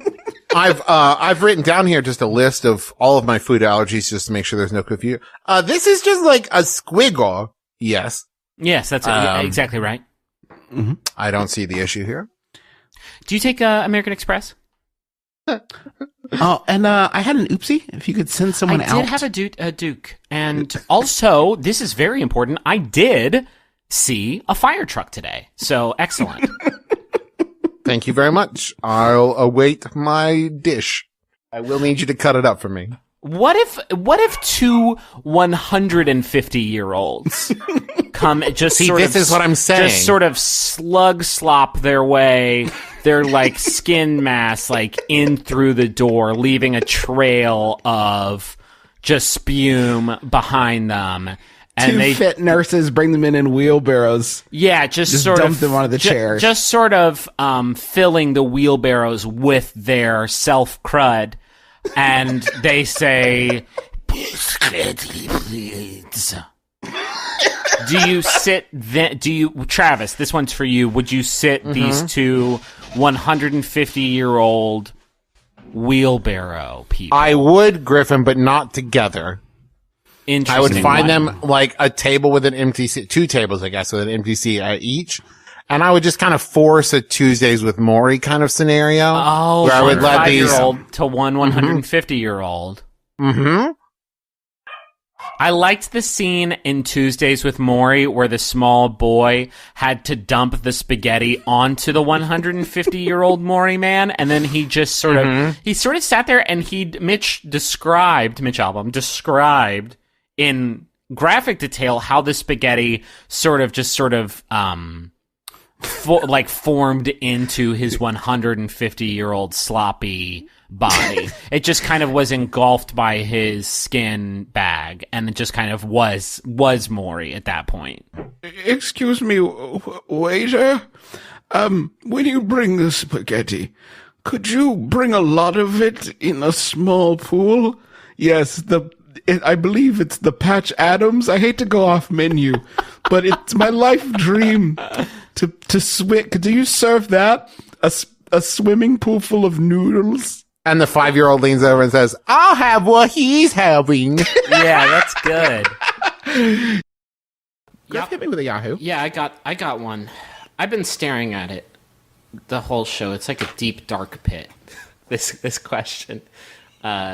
I think we just got to dive into it, even though we don't know where it'll stop. It was sent in by Goodbye Babylon, which was that a David Gray song? I don't know. It's by Yahoo Answers user Ruby Hart McKinley, who asks, "What are some good warrior cat names?" What? Excuse I me? need 5 warrior names. 3 names for 3 black cats, 1 for a white cat, and 1 for a brown cat, please. I have no fucking idea what's going on with this question. So There's no more details? Please that's tell me it. there's more details. That's all. Wait a minute. That's all we've got. Warrior cat names. Now, let me read you some of the answers. This one was sent in by Josie J. Feather McCaney, or rather, it was answered. The answer was provided by Josie J. Feather Mulcahy, who Hey, there's your first name. Name one. Done. who says, "I love creating warrior names." Smiley face. Here's some for black cats. Yes! Nightshade, Night River, Nightfall, Nightfire, Night Hunter, Shadowskin, Shadowlands, Shadow Rose, Shadow Child, Shadowbird, Shadowstorm, Nightstorm, Nightbird, Fallen Shadow, Nightwing. Oh, Jesus! Here's some for white cats: Lily Pad, Lily Heart, Lily Moon, White Shadow, White Claw, White Knight, White Moon, White Rose, White Leap, White Thorn, Snowfall, Icewind, Frostbite, Frostpool, Snow Song. Here's some for brown cats: Thorn Prick, Cobra Strike, Snake Skin, Viper Fang, Adder Snap, Bramble Song, Bramble Prick, Briar Song, Thornwing, Fallen Snake, Snake Bite. Calicos. You got a calico? Oh no! Hodgepodge. Black and white and orange. Silly buddy. Mixed up. Oh, Jesus. Christ. Could you guys, read the there's first a full name? page. There's a full page of people providing answers. Like, Could you read the For first name for the instance, white cats again? The first name. no, I can't. There's so many that I can't repeat them. I'm almost certain it was Lilypad. Lilypad was one of them. That is not a Griffin, scary warrior name. Hey, Griffin, do you have any ideas on warrior names for brown cats? Let's see what the other people have to say. Brown cat, bramble pelt, sunfern, sand dust, sandy pelt, sandy mist, sand Bramble pelt? Wait, excuse tabby, me? tabby claw, sand claw, sandy claw, dust claw, sparrow flight, autumn flight, trout leap, morning dew, Trout applewood, mouse leap? fang, Troutly? rose whisker. Like, what the fuck? What is a warrior cat? This is why I am scared for humanity. Every answer to that question should have been, what the fuck are you talking about? Aurora song. Like, what are we doing? This is this horrifying truth that we've unearthed with this show, is that there are whole other worlds. Yeah. There are whole other things that don't connect to us. Like, we don't have any vines into them, reaching into them to give us some connection. It's a completely different planet that's just spinning wildly See, of its own accord. We had some wild misconceptions about the furry community that I feel like we now understand and totally accept into our hearts and collective minds. But what? Bramble song, What? I mean, Bramble pelt. snowy pelt, bramble Sky. pelt, What are we doing here? child jump. I'm not angry. I'm a little angry. I'm scared. I just want to know what's going on. Like, are people dressing up their cats in like tinfoil armor and like just like taking them outside and just yelling "Hidden Mist, Star Chaser"? Like, Go! Here's what I want. I want to see this guy after he picks 5 warrior cat names, and tries to get him to all follow him in the battle. Star Chaser, Heart, go. what? Bramble Sky, you're just licking your butt. This is What are not a you- warrior-like attitude, you're Thorn not- Prick. Oh, God. Prick. Thorn prick. That'll make you hit with the ladies. Salmon leap. I'm just. God, this. Can someone explain this? Like, I don't. Is this a big enough thing that we'll have listeners who know exactly like what this is? Like, what a warrior cat? Our freaky list, you know they will. There's one guy right now who's like, Bramble Leap, pretty good. I knew I listened to this show for some reason. Here's a Yahoo from Travis Washaball. Great name, thank you, Travis. It's from Yahoo Answers user Jess, who has 5% best answers. How do you eat tacos in class without getting yelled at? Okay. Play with me? You guys gonna Okay, play with son. me in this one? This one might be real. Yeah. I do think that this is among the worst foods you could eat in class. Because one, stinky if you're doing it right, and you know what I mean.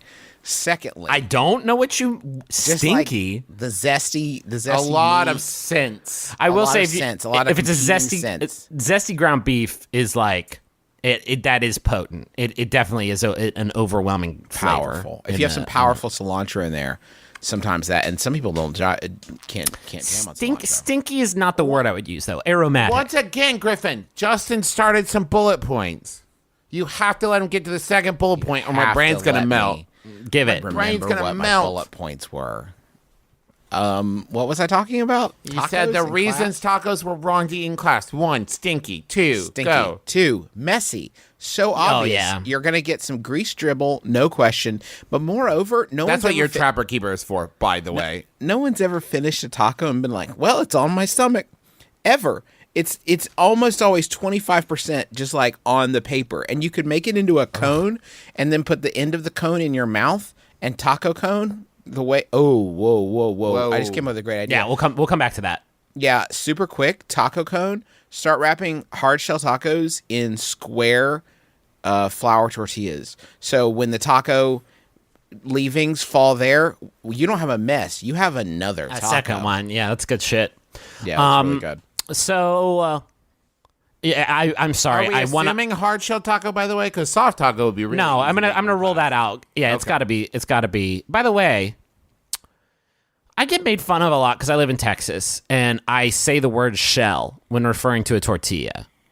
And I think it might be a soda or pop thing or maybe just like a a McElroy. I don't know if this is a wider thing that people say, like a wider sort of use case, but nobody calls them shells except for me sometimes. And I've tried to work it out of my system, but Hashtag shell truth. Jesus God. I want to play with everybody in this space, but I got to read this response from Todd.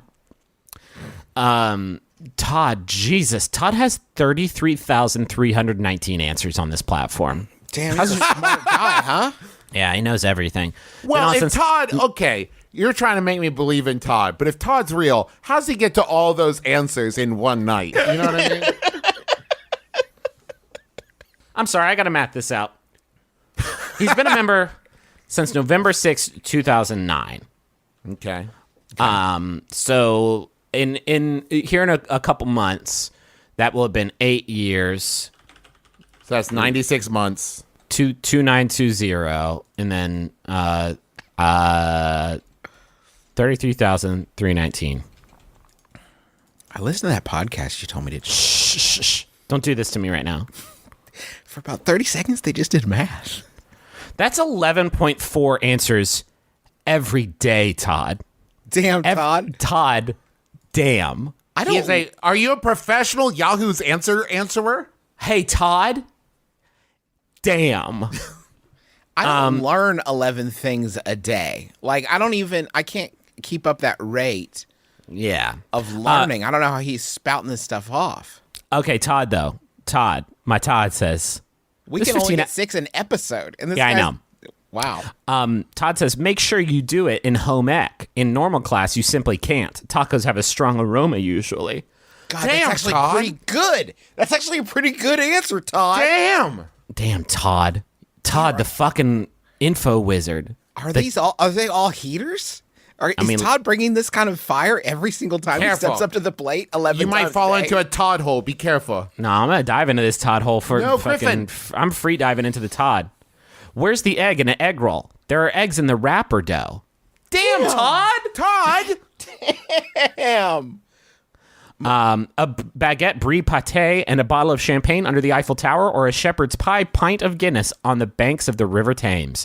Leave the brie and pâté out, and it sounds great. So a little humor. Humor Todd. he's bringing, but also culture. You know, like it's humor, but also culture. Son of I a... love that. Which-handed ice hockey stick should I use if I'm ambidextrous? Pick the arm that has the most forearm strength to hold the back of the stick. What doesn't Todd know about? Food, hockey. Get Todd a Mr. Wizard style show.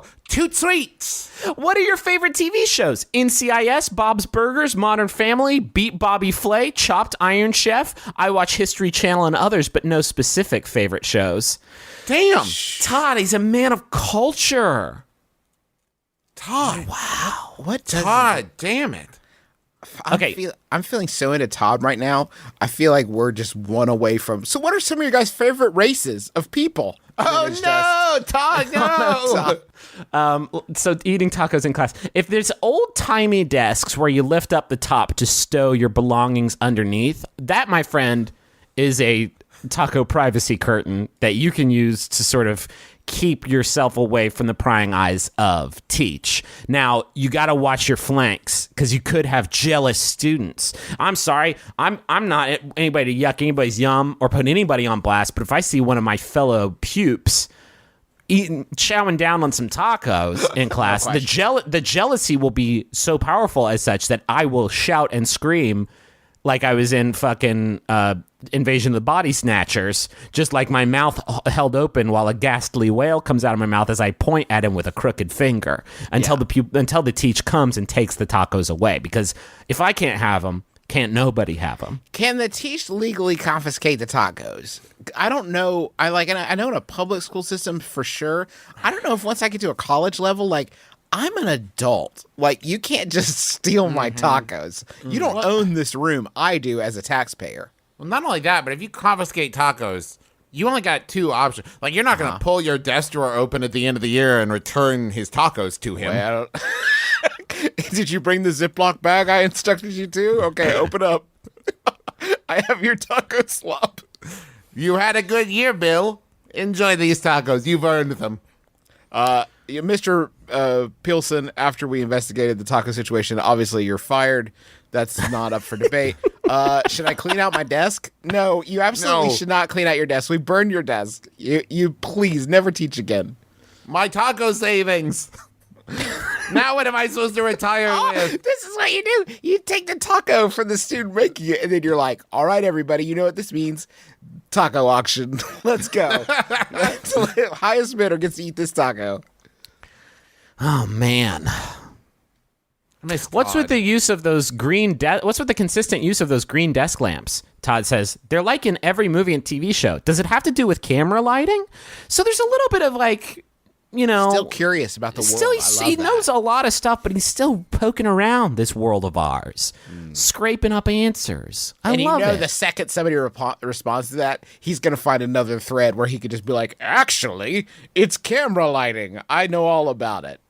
Todd. Any other heaters from Todd? Man, what a treasure. I'm glad he's out there like actually putting some wisdom into this world, unlike ourselves. He should be doing this podcast instead of us, really. Let's get Todd if up you're on. listening. Get at us. Do you guys want a Yahoo? Yeah, of course. Yes. This Yahoo is sent in by Tom Harriman. Thank you, Tom. It's by Yahoo Answers user. Oh my God, something's gone wrong. Russius Primstein. Russius Primstein asks, what is your favorite wizard swear? Ooh. What is your favorite wizard swear? What is there any context to the question, Griffin? Of course not. Oh, I think I really like fuck. Oh, fuck, my spell fucked up. My fucking wand is broken. Oh, my fucking wand again. Where's my fucking cauldron? Fucking Snape's right in my ass. Fucking Snape's on my dick. God. Marilyn's beard. Fuck. It's hot in here. Why do y'all have to wear these fucking robes? Marilyn's fucking beard. Fucking hate this whole castle. Hey, Jimmy, can you fucking stop extinguishing the lights with your fucking smell? It sucks. We're in a castle. It's fucking dark. It's drafty as shit. Dark all the time. Come on. Oh, fucking dragon farts. Get your fucking rat out of my bedroom. Zippity zappity fuckity doo. Why are wands so fucking thin? I break them every week. I hate this fucking job. No, I don't want a fucking butterbeer. Can I just get a Miller High Life? Fuck. Jesus Christ. No, the candy's alive. I bought a fucking chocolate frog. I bought a frog. In the window. It's inside me, moving the fuck around. All the pictures fucking move. It's creeping me the fuck out. You tried. I just want to go home. I ate a jelly bean and it was period. I'm fucking out of Wizard Town. I'm a guy now and I work at Sitgo. You have tried 7 fucking times to levitate yourself. just get a fucking ladder and go up there and get the soda. It's off the Wingardium shelf. fucking Leviosa, all right? How many fucking times do I... Muggle fucker. What do you fucking mean? We don't even have ladders. I hate this fucking castle. Buy a ladder that costs $15 fucking dollars. Generate one out of pure wishes or whatever the fuck you idiots do. This ladder goes in 6 direct. I want up. Why the fuck would I want that? The staircases move. Well, that's poor fucking planning, isn't it? Isn't it? I could get on a staircase to somewhere and end up fucking somewhere else. What do you mean there's a giant dog upstairs guarding a fucking, like, trap door? I'm just trying to find the bathroom. I hate this place. I don't want an owl fucking next to my bed all night long. Their He eyes shit are all over my crazy. nightstand. Are He you just- going to clean this up? He just fucking stares at me. There's a fucking wizarding war going on? I'm gonna go get my fucking GED. This is ridiculous. Quick question. Nobody mentions this to my fucking parents. When you put me on a train and ship me off here, there's a fucking everyday my life would be under threat. I don't know magic. I'm just trying to learn some fucking potions. I don't know magic. How about for the first 3 years, you give me a gun? How about you give me a fucking gun so I can shoot the bad wizards when they're not looking? How about that? Because apparently you cannot protect me. Half the people at this fucking school are evil, and you don't know it. What's that? You guys don't play football either? How am I supposed to ball 24/7 on the Quidditch court? Fuck. Oh, like, everything here wants to kill me. There's like giant plants that want to kill me, and like if I fall off my fucking broomstick, I'm dead, and people are fucking cursing me. Okay, great. In high school, I might get bullied. Hate this place. Hate this fucking school. More like dog narts.